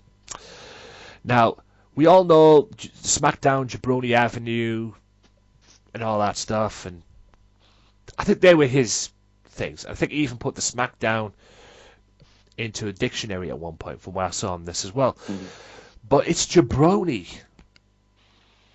that he stole, and he even admits this in a documentary at one point as well. He stole the word jabroni. Who did he steal it from? Can you think of who he stole it from? I have no clue. The Iron Sheik. Right, yeah. Of course. Yeah. Old Sheiky baby. So he even admits it himself in an interview called The World Culture. He even mentioned himself. The People's Champion, that was stolen as well from Muhammad Ali. Oh, yeah. So, I mean, but apparently Ali's family, pushed him to continue to use that, so, okay. Kind of thing. So, but apparently Jabroni as well was stolen from the Iron Sheik. The other, number 8, was Rikishi tried to murder someone for him. Hence the angle where 1999, ladies and gentlemen, it was supposed to be... I did this for you. Yeah, I did it for The Rock. I did it for The Rock. which led to the No Holds Barred match at No Mercy 2000 with Rikishi and Stone Cold. But the whole angle was taken in '99 at the Survivor Series, where Rikishi, who ended up being the driver, run over Stone Cold, taking him out of the supposed triple threat dream match involving The Rock, Triple H, and Stone Cold, and it ended up being the Big Show ended up winning it. But the reason why that happened was because Stone Cold had some neck problems that were kicking in from him being driven or dropped on his head by Owen Hart, and it had to have surgery. That's why it all happened. So, I mean, what's your take on that? Yeah, I can remember the storyline. Yeah, I thought it was really, really good. But and it was a surprise that it being Rikishi doing it, trying to help The Rock. Yeah. Hence the famous line, "I did it for The Rock." Jesus Christ. Oh God, the retro. That's something to talk about on the retro roundtable at one point. Oh, definitely. When you eventually get to that year. When you eventually get to that year, Jesus Christ. I did it for The Rock. Number 8. Do you claim this to be rubbish? His sharpshooter. Yeah. Because we all know The Rock has used the sharpshooter. But I never seen it as rubbish. I mean, apparently from what I've seen, he gets the sharpshooter on. He doesn't like wrench back or anything. He just sits there. Yeah, it looks more like a Scorpion. What is it? The Scorpion Deathlock more than a sharpshooter. I thought, but yeah, I can remember when you put that on Hulk Hogan at WrestleMania, and I thought, well, I suppose you don't want to hurt a 40-something-year-old Hulk Hogan, do you? So yeah, this is Hulk Hogan. This is Hulk Hogan who at times won't take bumps. Yeah, so putting the sharpshooter on him maybe. But the sharpshooters that he's put on against John Cena, he should be arrested for and thrown out of wrestling. Well, hence the tweet that Brett put out at one point. I have a lot of respect for The Rock, but I'd be more than happy to teach him how to put on a sharpshooter correctly. And if there's anyone who could teach you how to put on a sharpshooter, it's Bret Hart. Yeah. Oh, definitely. I was going to say I'd love to have him teach me to put on the sharpshooter, even though I think I know how to put it on. I think I know. You know what's bad when somebody like me who's never wrestled, who has been in the wrestling ring, not on the level of a WWE, can put on a sharpshooter better than The Rock can. You know it's bad. Yeah. Number 7. I don't agree with this, to be honest with you. It's 50-50 at the end of the day. Yes, they're not the most best finishing moves ever, but all his finishing moves are terrible. Hence the rock bottom. Hence, as we already talked about somewhat, the sharpshooter. I mean, the sharpshooter is a very poor, considering, he doesn't lock it in like a Bret Hart would. He has his own way of locking it in, which is... You think it'd be painful, but I think what they're getting at is the way he executes it. It looks... That's why they make it look rubbish. Obviously, I've never been in the Rock sharpshooter, so I wouldn't know. Yeah. But the rock bottom and the people's elbow are considered rubbish. Do you agree with that? I mean, we all know the rock bottom at the end of the day is a Uranagi side slap. Yeah. So I don't mind that move. I think with the people's elbow... I mean, according to this, they compared the people's elbow to the Hulk Hogan leg drop, which is bullshit in my opinion. Yeah. I mean, the people's elbow, it's good if you like the WWE. You know what I mean? It's like they're the sports entertainment sort of thing. So the build-up to the people's elbow gets all the fans going and all that sort of stuff.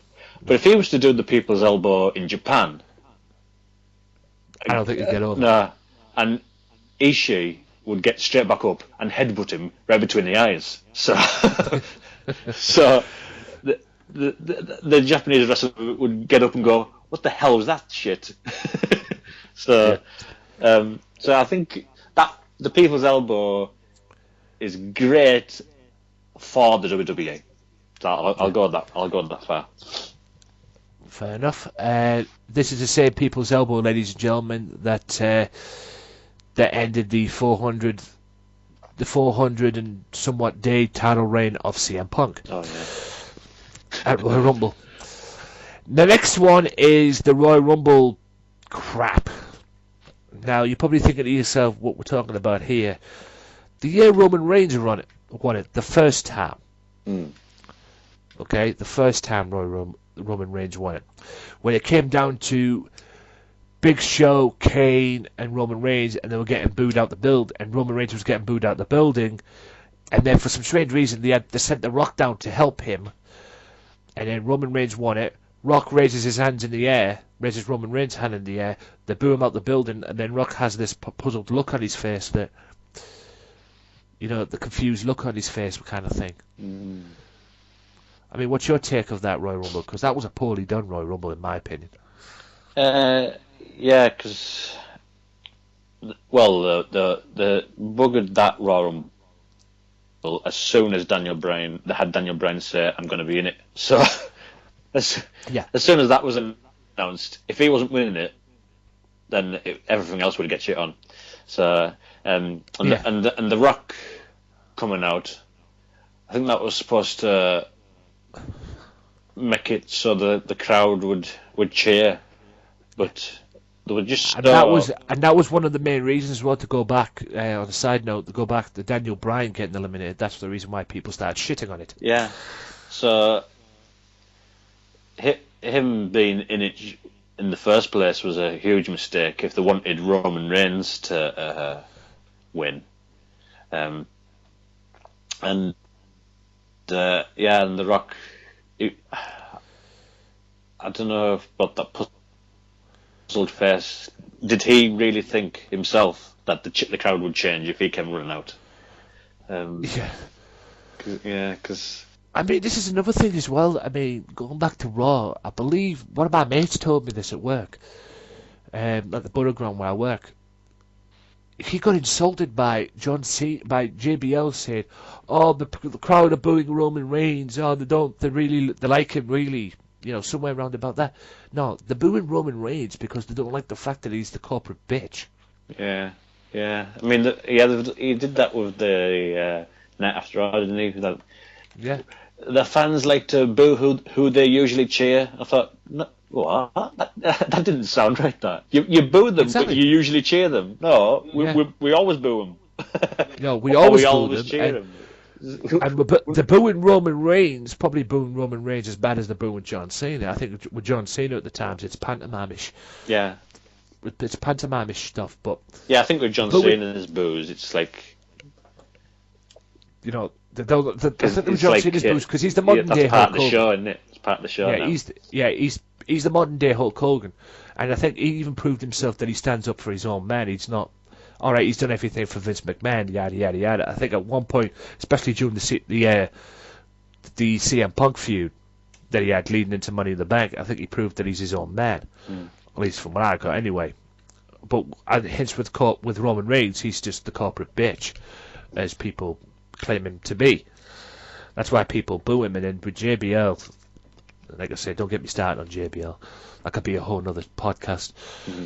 Talking about how shit JBL is on commentary and what a retard he is. I mean, JBL, just leave commentary and go and do your show that you do on the network, The Legends with JBL, because that's actually a good show. Yeah, definitely. The next one is doping the fans, the WWE fans, with Once in a Lifetime. Hence his match with John Cena. Now, everybody seems to have a problem with this, and quite rightly so, because it was once in a lifetime kind of thing. The Rock one-on-one with Cena. But even I knew that this was going to fucking take place the next year. Oh, yeah. I mean, Jesus fucking Christ. I mean, come on. If you're gonna... WWE's errand boy, John Cena, right? The biggest face of the company, the backbone of WWE now, the money man, as many people think, loses the match to The Rock at Miami at WrestleMania, because it was in Miami, that's okay. But what's the best way, in terms of storyline, for Cena to get his revenge? Have him come back the next year, Rock versus Cena again, except this time put the belt on The Rock, which they did, and have Cena win it. Yeah. The perfect revenge. Yeah. And the perfect way for Rock to pass the torch on to John Cena. Here, there's your championship. Oh, yeah, definitely. I mean, I could even see that from a fucking mile that it was going to happen. Jesus Christ. I think people just say the tagline and just, like, once in a lifetime. I thought, well, it's obvious. You don't take these taglines seriously. Yeah. You know it's going to happen again. Yeah. Exactly. I mean, I could see a mile away that this match was going to happen again. All right, it didn't have as much juice the second time around than it did the first, but you knew it was going to happen. I mean, fucking hell, I've been watching wrestling all my life, for crying out loud. Even I knew it was going to happen. I mean, it's amazing they didn't put it, Rock versus Cena 3 and have it in a fucking Hell in a Cell match. Yeah, that could happen at some point. Yeah, probably could. I mean, the next thing, he wrestled in a shirt during the surgery. Now, you're probably thinking to yourself, what the fuck? Now, let me explain this. 1999 Royal Rumble. Ah, yeah. Mankind. The fucking Last Man Standing match. Oh, no, sorry, the I Quit match. The Last Man Standing match was in February. He wore a shirt because he had the surgery on his tit. Right. Yes, you heard me correct, ladies and gentlemen. And if you, like I said, I'll put the video in the description below for you to go and check it out. You can even see the mark. There's a picture that they show on the video, the 10 things WWE wants you to forget. You can see the mark that he had the surgery on his tit. And yes, you heard me correct, on his tit. I'm not calling The Rock a tit. He had the surgery on his tit. I mean, what's your take on that? I mean, obviously the freaking I Quit match and then the Last Man Standing match I believe it was the Last Man Standing match at the St. Valentine's Day Massacre, which was just fucking brutal in its own right. Both matches were brutal. Oh, yeah.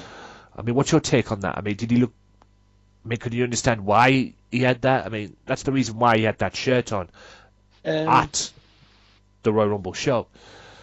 Well, going by what you've said about the surgery, because I didn't know that until now. I thought, I can understand why you'd wear that black. The black tracksuit top. Yeah, but it didn't. It sort of matched the match that they were in, the I Quit match. So he'd wear his. You can imagine The Rock wearing that outside. Yeah. So. It was like in his street fighting gear. So I was just saying, it was more street clothes, wasn't it? I mean, that was something you'd wear in the streets. It was more. I mean, like you said, the I Quit match at Royal Rumble '99, and then was fucking brutal in its alright with him chair shots on Foley. Oh, that was the match that was on. Was it Wrestling with Beyond the documentary? Mat. Beyond the Mat. That's it. And Beyond the Mat thing, and you could see how brutal it was when that Foley's family were in the front row. His wife and kids were in the front row. Oh, God. And then don't get me started on the fucking St. Valentine's Day Massacre Last Man Standing match, because that was brutal in its own right. And then, obviously, the halftime heat match, which was hilarious. Yeah. It was brutal, but it was hilarious as well. Especially when he puts that crate on top of him. Oh, God. The next bit was refusing to feud with HBK. Yes, the dream match that probably everybody wanted. I'll have to put this up here. Patterson once approached the two men to feud. HBK was into it. Apparently Patterson approached Rock and HBK about these two feuding. Refused. There are many rumoured reasons. And The Rock just simply outright refused. For this, according to Rock's grandmother, of all people, Michaels once disrespected. Well, what year? Now, I don't know what year it was, But it says that the reason why it happened and the reason why Rock refused, because the Rock once, Shawn Michaels once disrespected the Rock and disrespected his family. Yeah, I guess. Yeah, I can imagine Shawn Michaels doing that, whether that's true or not. I can imagine in Shawn Michaels' dark days in the 90s, I can imagine him saying something like that. But yeah, I think they're just the past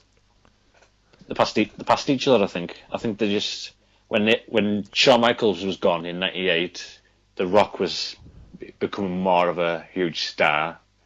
And then when The Rock left, Shawn Michaels was starting to get back in the groove, and I think they just passed each other, really. So, and I think it also, with that as well, from what I got, I think it also had something to do with The Rock,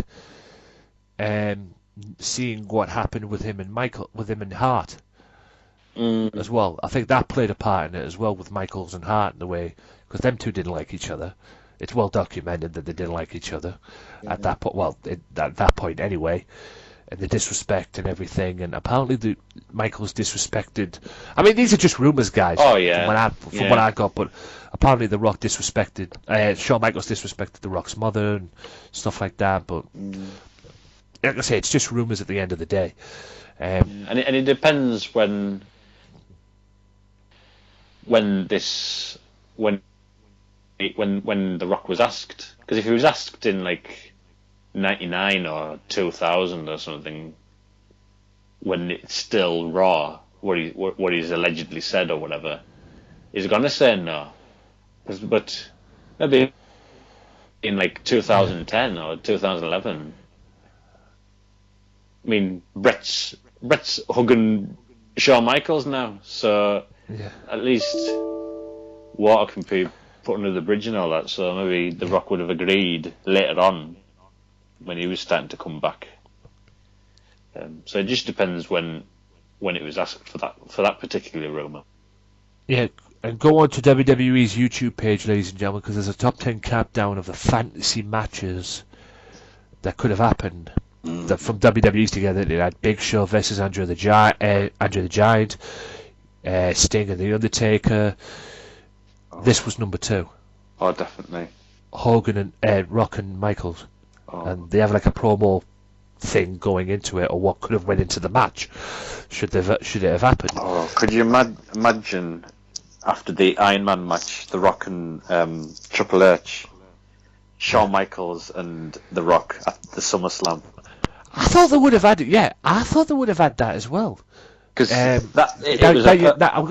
was going to say, now that you mentioned it as well, because the very first SmackDown, the very first episode of SmackDown, Michael screwed The Rock. Yeah, and the the Iron Man match as well, because of the Undertaker coming out. That was the Undertaker and everything. Yeah, Chokeslam and Triple H right in front of Shawn Michaels. Yeah, the referee. Yeah. But like I say, I thought they would have done this match based off of that. I mean, Michaels wasn't wrestling at the time. Yeah, but they could have done something with it. Even if it was a tag team main event at SummerSlam, can you imagine Triple H and Shawn versus The Rock and Undertaker? Oh. Money. I might do that and do 2K16 now. I think I'll do that as well. Yeah, DX. Well, what is known to be DX anyway against Undertaker. Yeah, that'll be good. Something to look forward to. And you may, and like I was gonna say, I think you may have given me an idea there. But which Undertaker are we talking about? Well, it would have to be the biker one, because that's the one that they used, isn't it? Yeah, the biker one. Yeah. Yeah. I mean, it's funny how in WWE 2K16 the biker Undertaker is better than the other two Undertakers are on them. Yeah. The 99 and the one now to this very day. It's amazing.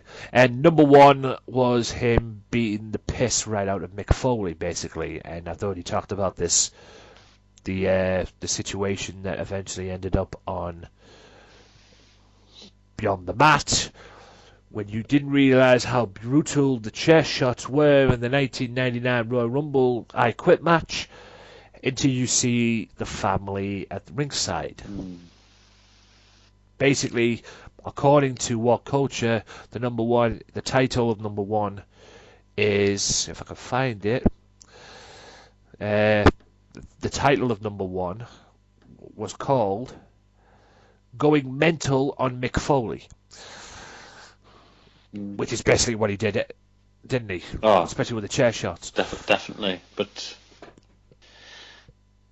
that was Mick Foley, wasn't it? I'm sure The Rock would have thought, "Are you sure?" And The Rock and Foley were just going. Oh yeah, I think they would have. Yeah. I think because if you watch Beyond the Mat, and you watch, going back on it, Foley didn't mind them chair shots. Oh no, yeah. Because he actually says it, whether it was his concussion talk. I think he minded more about what his kids were thinking. He didn't want them to be upset that he was getting hurt. I think he ended up regretting it because he watched the tape back and saw the wives and kids were actually crying in the front row. I think he regretted that part of it, but I don't think he regretted, the fact that the actual match itself got to where it was. I mean, Draws came in and called him, "You are the fucking man, motherfucker. I'm done." Yeah, I mean, I just walked out, did that kind of thing. I mean, Mick Foley. So whatever he did in that match worked. Oh, definitely. And he did all these things. Would he have done it if WCW was still around? I can't imagine him going to do the extremes he did, like jumping off the top of the cage, if he didn't want eyes to turn to WWE. Yeah, and plus, did he do a bump in that match where he jumped off when he was on the in the crowd, on the guardrails in the crowd, and jumped off and and landed on one of the electrical things? Oh yeah, probably. The electrical. I wouldn't be surprised. Yeah.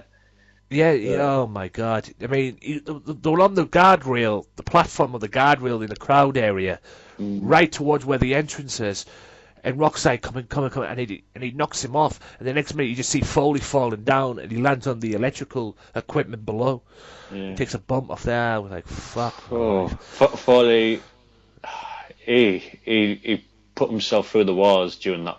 Well, the Monday Night Wars. Yeah, it's a wonder he wasn't Cactus Jack. I mean, I've always said Cactus Jack was his crazy character that he did, but Mankind was on that fucking level as well. I mean, the only thing that wasn't crazy was Dude Love. I mean, that was more leaning towards him wanting to be Shawn Michaels. Yeah. I like the Dude Love character because when he turned on Austin for Backlash, his first title defense. Oh, was it Backlash? The Over the Edge. Was it Over the Edge? I think he faced him in two pay-per-views in a row. I think it Fully Loaded and probably Over the. Was it Fully Loaded and probably Over the Edge? Yeah. I don't know. I remember him wrestling him and Over the Edge when Vince was the referee. Yeah. And Undertaker came out and basically chokeslammed the Jesus right out of Briscoe and Patterson. Through the till, yeah, that was brilliant. Through the fucking tables and everything, and trying to get involved, and then. Yeah, I think it was Over the Edge because I think they had proper sets, didn't? Oh no! Unforgiven. Yeah. That's the one. Unforgiven, the Inferno match, because you've got Stone Cold hitting Vince with a chair on the outside when he was trying to pick Dude Love up, and then Stone Cold's got this chair, and you all think he's going to hit Dude Love. For some strange reason, he ends up hitting Vince, knocks Vince out, gets Dude back in the ring, stunners Dude Love, and then counts the 1, 2, 3, and then ends there. Yeah, is that when they used Vince McMahon's hand? The hand thing came at the Over the Edge pay-per-view because Austin had Vince, I believe, Austin had Vince in the stunner. Yeah. No, let me rephrase this. Stone Cold got Dude Love in the stunner, stunned him, went for the cover, Vince wouldn't count. That's now, right, yeah. Austin went to go and clip Vince, but if Austin had touched him, he'd have lost the match. Hence, coming from behind was Dude Love with a chair. Austin moves out the way, goes to hit, dude went to hit Austin moves out the way, hits Vince with a chair, knocks him out. And then stunners him, boom, boom, boom. And then Stone Cold uses the hand. 1, 2, 3. And that was a good storyline, because in the promo before the match, Vincent says, "This match will end by my hand only," and it did. and that's when JR went, "With his hand only." I thought, perfect storytelling. Yeah, and plus, that's when basically Austin called him. That's when basically JR called him the toughest son of a bitch. Yeah. In the WWE, which was great. But there you have it, ladies and gentlemen. That's the end of all that. Right now, we're going to take a little segue now, because I'm going to roll in this part here, this little segment here. I'm going to play part 2 of the Michael Larkin pay-per-view, the Michael Larkin interview. Wow. The Michael Larkin interview. I'm going to play part 2 of that. So we'll be back right after this part 2. So hang tight. Yeah, I'll pick the New Day over the League of Nations, even though it pains me to admit it. And Styles and AJ, well, it's going to be Styles, and it's going to be Styles and Jericho, yeah. Yeah, because it's going to be, it's designed. The whole feud's designed to put AJ over. It's like the passing of the torch. Yeah, somewhat. Yeah, right. Yeah, so. Kalisto and Ryback. Let's get this one out the way. US title. I look at this right now, this match right now, and I think, God damn you, I miss you, Cena. Yeah. I'm missing an open challenge. Alright, here's my thing with Kalisto and Ryback. I mean, they did this back in November where, they were doing the championship tournament where it was vacant. Kalisto advanced by beating Ryback, and now Ryback's heel, and they're trying to, he wants it's a little guy versus the big guy, and, they're making Ryback like the monster now. They're kind of doing like a Goldberg type deal with him, which, yeah. But, you know what? I think, unfortunately, as much as I want Kalisto to win, because I've been enjoying him as his reign, he's a terrific wrestler. He's like what Ray was. I'm going with Ryback to win the belt. Yeah. The thing is with this, I don't think Ryback's a heel. I just think I think it's got to the point right now, his character's had enough of, being in tag teams and being held back. He wants this push. And obviously they're not going to make him into like a Paul Heyman guy like they tried it last time. Yeah. Or do anything like that. They're going to build a monster out of him, but to be honest with you, I don't think he's heel. I think people still cheer him, but, it's got to the point right now where he respects people, but he's sick and tired of being, like an outsider, with tag teams and shit like that. He wants the championship belt around his waist. You want something around his waist, and I don't think the Intercontinental Championship worked for him. That I thought it would have done, but I don't think it did. I'll be honest, it was a failed reign. It really was a failed reign with the Intercontinental title. Yeah. So that's why they ended up with that. So maybe if the Intercontinental title didn't work, maybe the US title will. Yeah, but I'm picking. I think I picked Kalisto with this one, so I don't have to go into too much detail because I just don't see what they could do with Ryback as the US champion. But like I said, the US championship, I miss seeing it. Don't get me wrong. I don't think it's going to be a bad match, but I think with the direction they're going with Ryback, I kind of see Ryback getting the belt. And I don't want Kalisto to lose, but I see Ryback getting the belt. Yeah. Well, we'll see. But the question is, will it work? Yeah, exactly. If Ryback does get the belt, that is. Right. I suppose we'll get this out the way as well. The Divas title. 3 members of the 4 Horsewoman. Yep. Charlotte, Becky Lynch, Sasha Banks. Now, as much as I love Becky Lynch, I think Sasha should win this one. That's what I went for. Let's put the belt on the boss. That is actually where I was going. Because, Charlotte, she's had a great run. I wouldn't say it's great because, they're doing the whole thing with her and Ric Flair, or, Daddy. And, I like Becky Lynch, but I don't see her getting it. And Sasha's been killing it. So my pick as well has been Sasha. And I think this match is going to be really well. And I'm going with Sasha.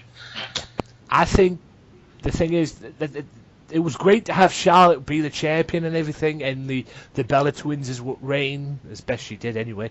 Yeah. But This whole thing with her and her father. If they wanted her to turn heel, they should have just had her turn heel and just leave it there. I really didn't needed Rick, no. Yeah, she didn't need her daddy. You know, all these rumors that fly around that Ric Flair was going to manage. Ric Flair's managing this. It's just making Charlotte look like she got there with her father's help. Yep. And to be fair, she didn't. All right, Flair was there for support and everything, but having Flair at her side makes people think that she just got there from her daddy. So it makes her look ridiculous as well, just as much as anything. But it is what it is at the end of the day. But like I said, I'm going for the boss. Like I said, I went for the boss on that one, and obviously Michael's agreed with me on that. Now, I do have one thing I just want to note about the Divas. Are we going to be seeing a 10-women tag? Because I'm hearing it might be Brie Bella, Paige, and Alicia Fox, and I don't know, 2 others, like Natalia and somebody else against Lana, Team Bad, and I think they got Summer Rae, and they're bringing Emma up from NXT again to Emma to join that. I don't know. There's talk of a 10-diva tag. I don't know if you heard about that with the whole Lana Brie Bella exchange. I don't know if they'll add it here. Yeah. I don't know what's going on, but that's what I'm. I could see that happening. Like I say, considering with the Brie Bella situation with Lana, and plus this is Brie's last WrestleMania also because she's made it clear she's out. She's out. She's out. She's going to go home and play wifey to Daniel. So. And the only reason what I wanted to mention that was because I'm glad that they picked Emma for Lana's team, because there was rumor that they were gonna bring Eva Marie up, and I was just like, oh no. Just I'm glad it was Emma. Too early for her yet. Too early, yeah. Yeah, too early for Eva Marie. She's got a long way to go before she makes it up in the main roster. I can tell you that. Yep. But yeah, Emma's improved. Yeah. Emma's not that fucking Piper of flowing bubbles that she once was. Yeah, the bubbly chick. Yeah. Yeah. Aaron, I could see Aaron Dana Brooke being a good tag team in Divas division wise, of course. But yeah, she's changed. She's not the same person she once was, and I really hated that gimmick anyway. So, but like we say, the boss will be the next Divas champion. I hope. You know what? Let's go to this one first. Go ahead. Because I've had a lot of stories and a lot of ways this is going to turn out. What could very well be The Undertaker's last match. Oh, boy. Shane McMahon and The Undertaker in Hell in the Cell. Now, I'd heard a lot of rumors about this match the minute it was signed. Undertaker versus Shane McMahon. Shane McMahon was going to hire somebody. The name that was thrown around was Goldberg. And hell, I even came across another one the other day that it was possibly going to be John Cena. Yep. Considering it was scheduled, it was originally, a little spoiler here for you guys, but it was originally supposed to be John Cena and The Undertaker in the first place until Cena got injured. So, where's this one going? Now, like I said, don't get me wrong, I've said this many, many times. I love me some Undertaker. Something's going to go down with him and Vince McMahon in this match. You could see it a mile away. Because obviously Undertaker's nobody's bitch. So and they just... Yeah, so obviously The Undertaker's going to kill Vince at some point. Go on. Oh, I was going to say that on Raw that they also announced the contract signing, so there's going to be some interaction there. Yeah, so there's going to be some definitely interaction there. Plus, this could be The Undertaker's last match from what it seems, because if Vince says if The Undertaker doesn't win this, Undertaker may never wrestle again, so could this be The Undertaker's match? Like I've said many, many times, I love me some Undertaker, and I think I said this during the week as well. I'm kind of pulling for Shane on this one. And the reason why I'm pulling for Shane, because I want this authority crap to be over. I want change. There's talk of a brand extension again, a brand split. Yep. And I want the authority BS. This authority thing should have ended well before now. It should have ended at the Survivor Series, not the Survivor Series gone, the one before. Yeah, when Sting came out. Yeah, 2014 Survivor Series. It should have ended there, but it didn't. Yeah, I'm pulling for Shane on this one, but like I said, I love me some Undertaker, so I want Shane to win, but as long as The Undertaker goes out in a credible way, if this is his last WrestleMania, then let's do it. All right. You know, let it do it. That's my take on that one. I had to say that in. So, where did you see this one going? Man, this is a tough one. I'm pulling for Shane too. My pick is Shane, but here's the thing. I don't see, in a way, I kind of see Taker winning because I don't think this will be his last WrestleMania. But the thing is that John Cena also just put out a tweet talking about, he hopes they play this, and it was like a music sheet at WrestleMania. So he was throwing like a little hint that he might be at WrestleMania, even though he said he's not going to be at WrestleMania. I don't know. But yeah, I'm pulling for Shane. I want all this authority crap gone. I want to see a brand extension, which I think would be cool. And yeah, I'm pulling for Shane, and I think Shane McMahon somehow, some way is going to beat The Undertaker. Well, that's to say, Shane was going to beat The Undertaker, and hopefully change will happen, because it needs it to happen. Because, like I say, I am sick and tired of this stale bullshit with authority. The authority thing just needs to end. If Taker wins, then Taker wins. You're not going to hear anything out of me. Like I said during my audio during the week on the predictions during the Raw interview. If Taker wins, Taker wins. That's what I'm saying. If Taker wins for me, I'm fine. I'm fine with that. But I only want Shane to win so they can get rid of the authority. The next match is Dean Ambrose and Brock Lesnar. This will be the show stealer for me. Because if you guys are buying this pay-per-view or watching it on the network and you're expecting a wrestling match, I could probably guarantee you right now it's not going to happen. This is going to be a fight. Street fight, no holds barred. It's going to be a fight. I don't know who the hell I'm picking in this one, and I made this clear during the week. I went on who I can see winning this one, and I can see Brock Lesnar winning it. All right, I'm going to go for the upset here. I'm going to say, since, Mick Foley's handed him Barbie, Terry Funk's handed him Chainsaw, and, I guess it's the passing of the torch from the hardcore legends, I see somehow, some way, Dean Ambrose fights out the odds and he defeats the beast, Brock Lesnar. I'm going with Dean. I'll have no problem with Dean Ambrose winning it. I mean, Terry Funk's scared the shit out of me with that fucking chainsaw. I mean, can you imagine him bringing that chainsaw at the freaking WrestleMania? Holy shit. Chainsaw Charlie, baby. Yeah, now as I said, can you imagine Dean Ambrose bringing that chainsaw at the WrestleMania? Holy shit. Brock could be shitting himself.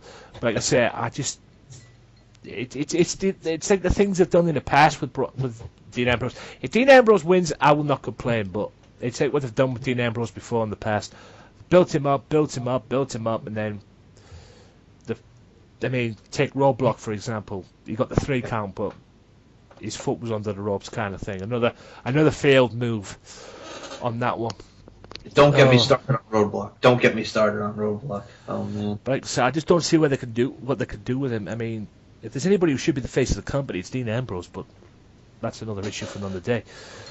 But like I say, at the moment right now, like I say, I went on who I could see winning this, and I went on with Brock Lesnar.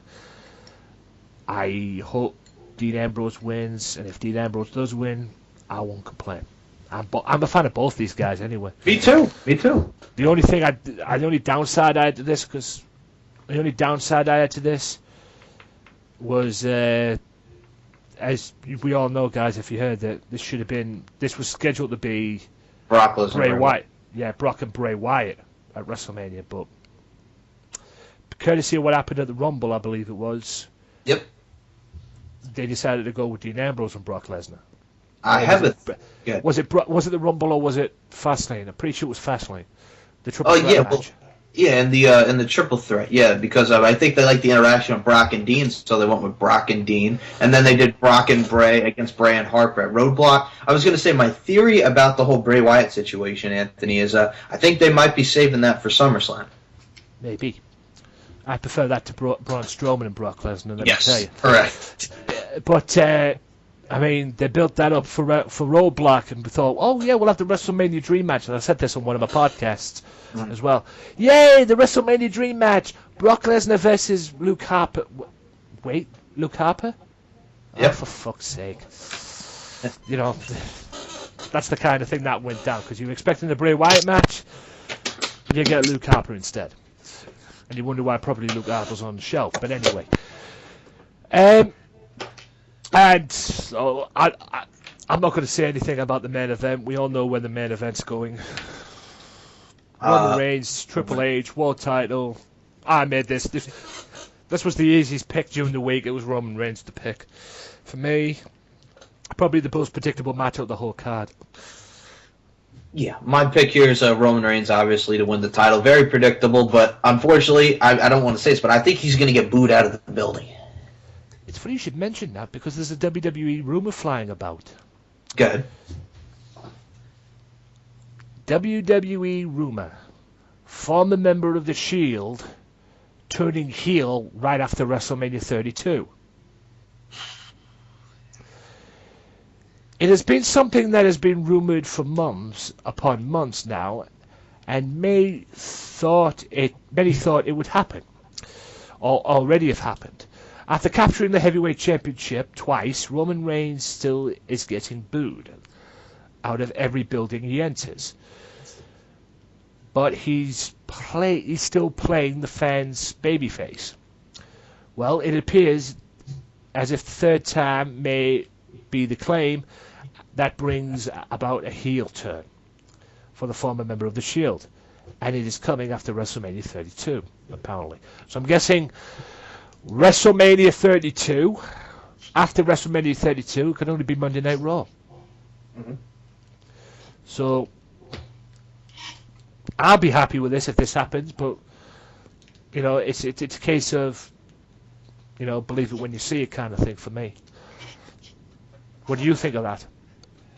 I agree with what you said. I believe it when I see it. I wouldn't mind Roman Reigns as a heel. I personally like him. I think he's getting the unnecessary hate from the whole, you know, ever since Dana Bryan ended that Rumble last year, I think that killed him just going into WrestleMania, then all that. But still, I like Roman Reigns. I even whether he's a face or heel, I think him and H is going to be a good match. But you know, it's predictable. And like I said, Roman Reigns is walking out with the title.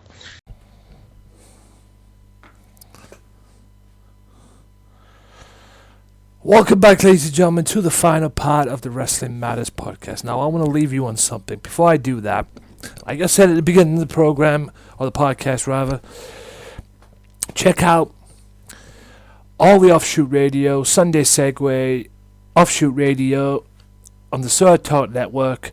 Check them all out. You got Offshoot Radio, Sunday Segway, Max Wrestling, Evan McCabe, yours truly.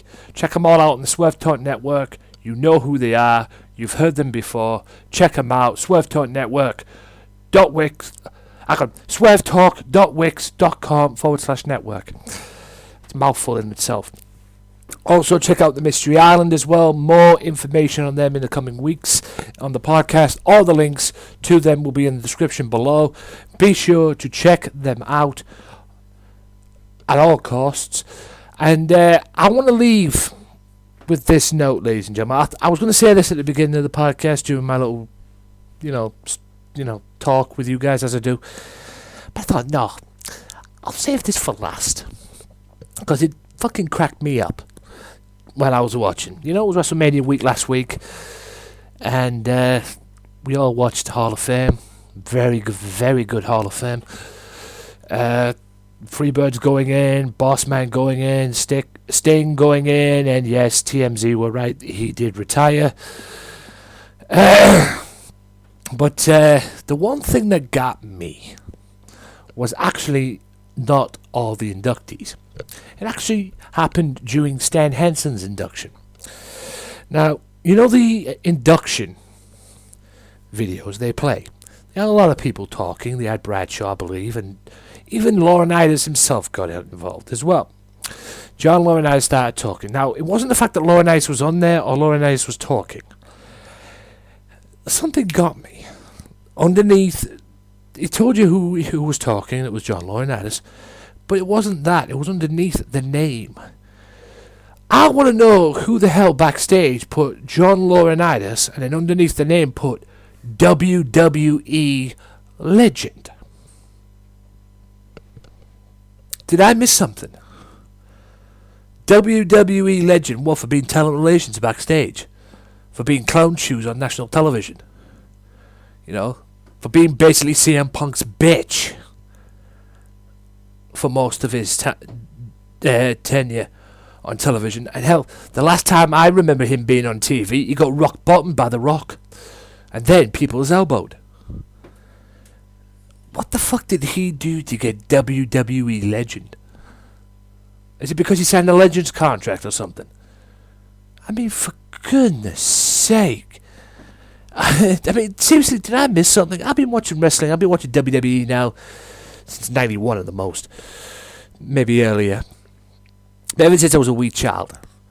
And I remember John Laurinaitis being in the WWE at one point.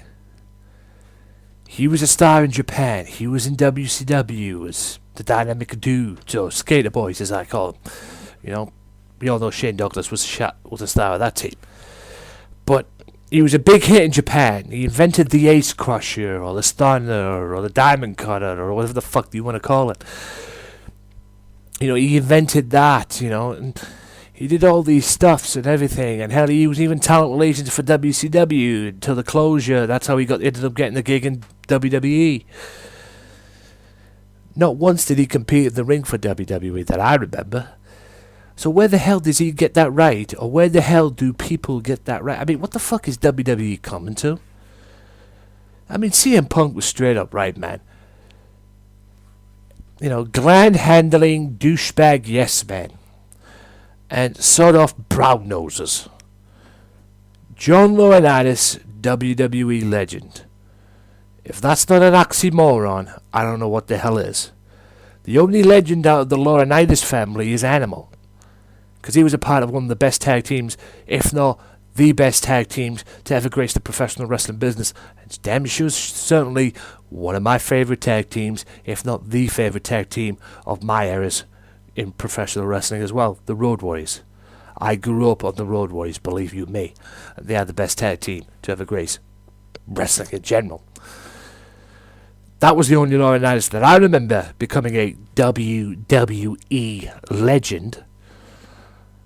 WCW legend, yes. Maybe New Japan Pro Wrestling. Or New Japan legend, or whatever. WWE legend? Nah. None on mine, Nelly. And you're not fooling me. I mean, I swear that should have been on Botchamania. If Botchamania is watching this or listening to this, please put that on. Because that's a Botchamania in itself. John Laurinaitis, WWE legend. Jesus fucking Christ. If John Laurinaitis is WWE legend, then Jim Cornette's been WWE champion. Go figure.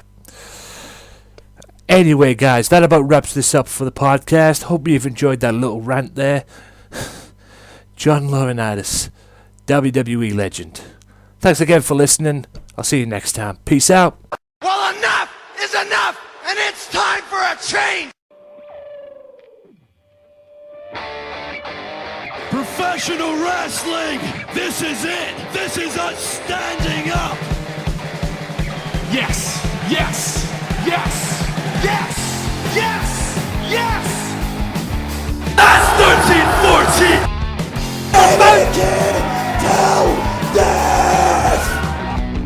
Dina, I am the best in the world. Cause that's the bottom line. Cause Stone Cold Simpson.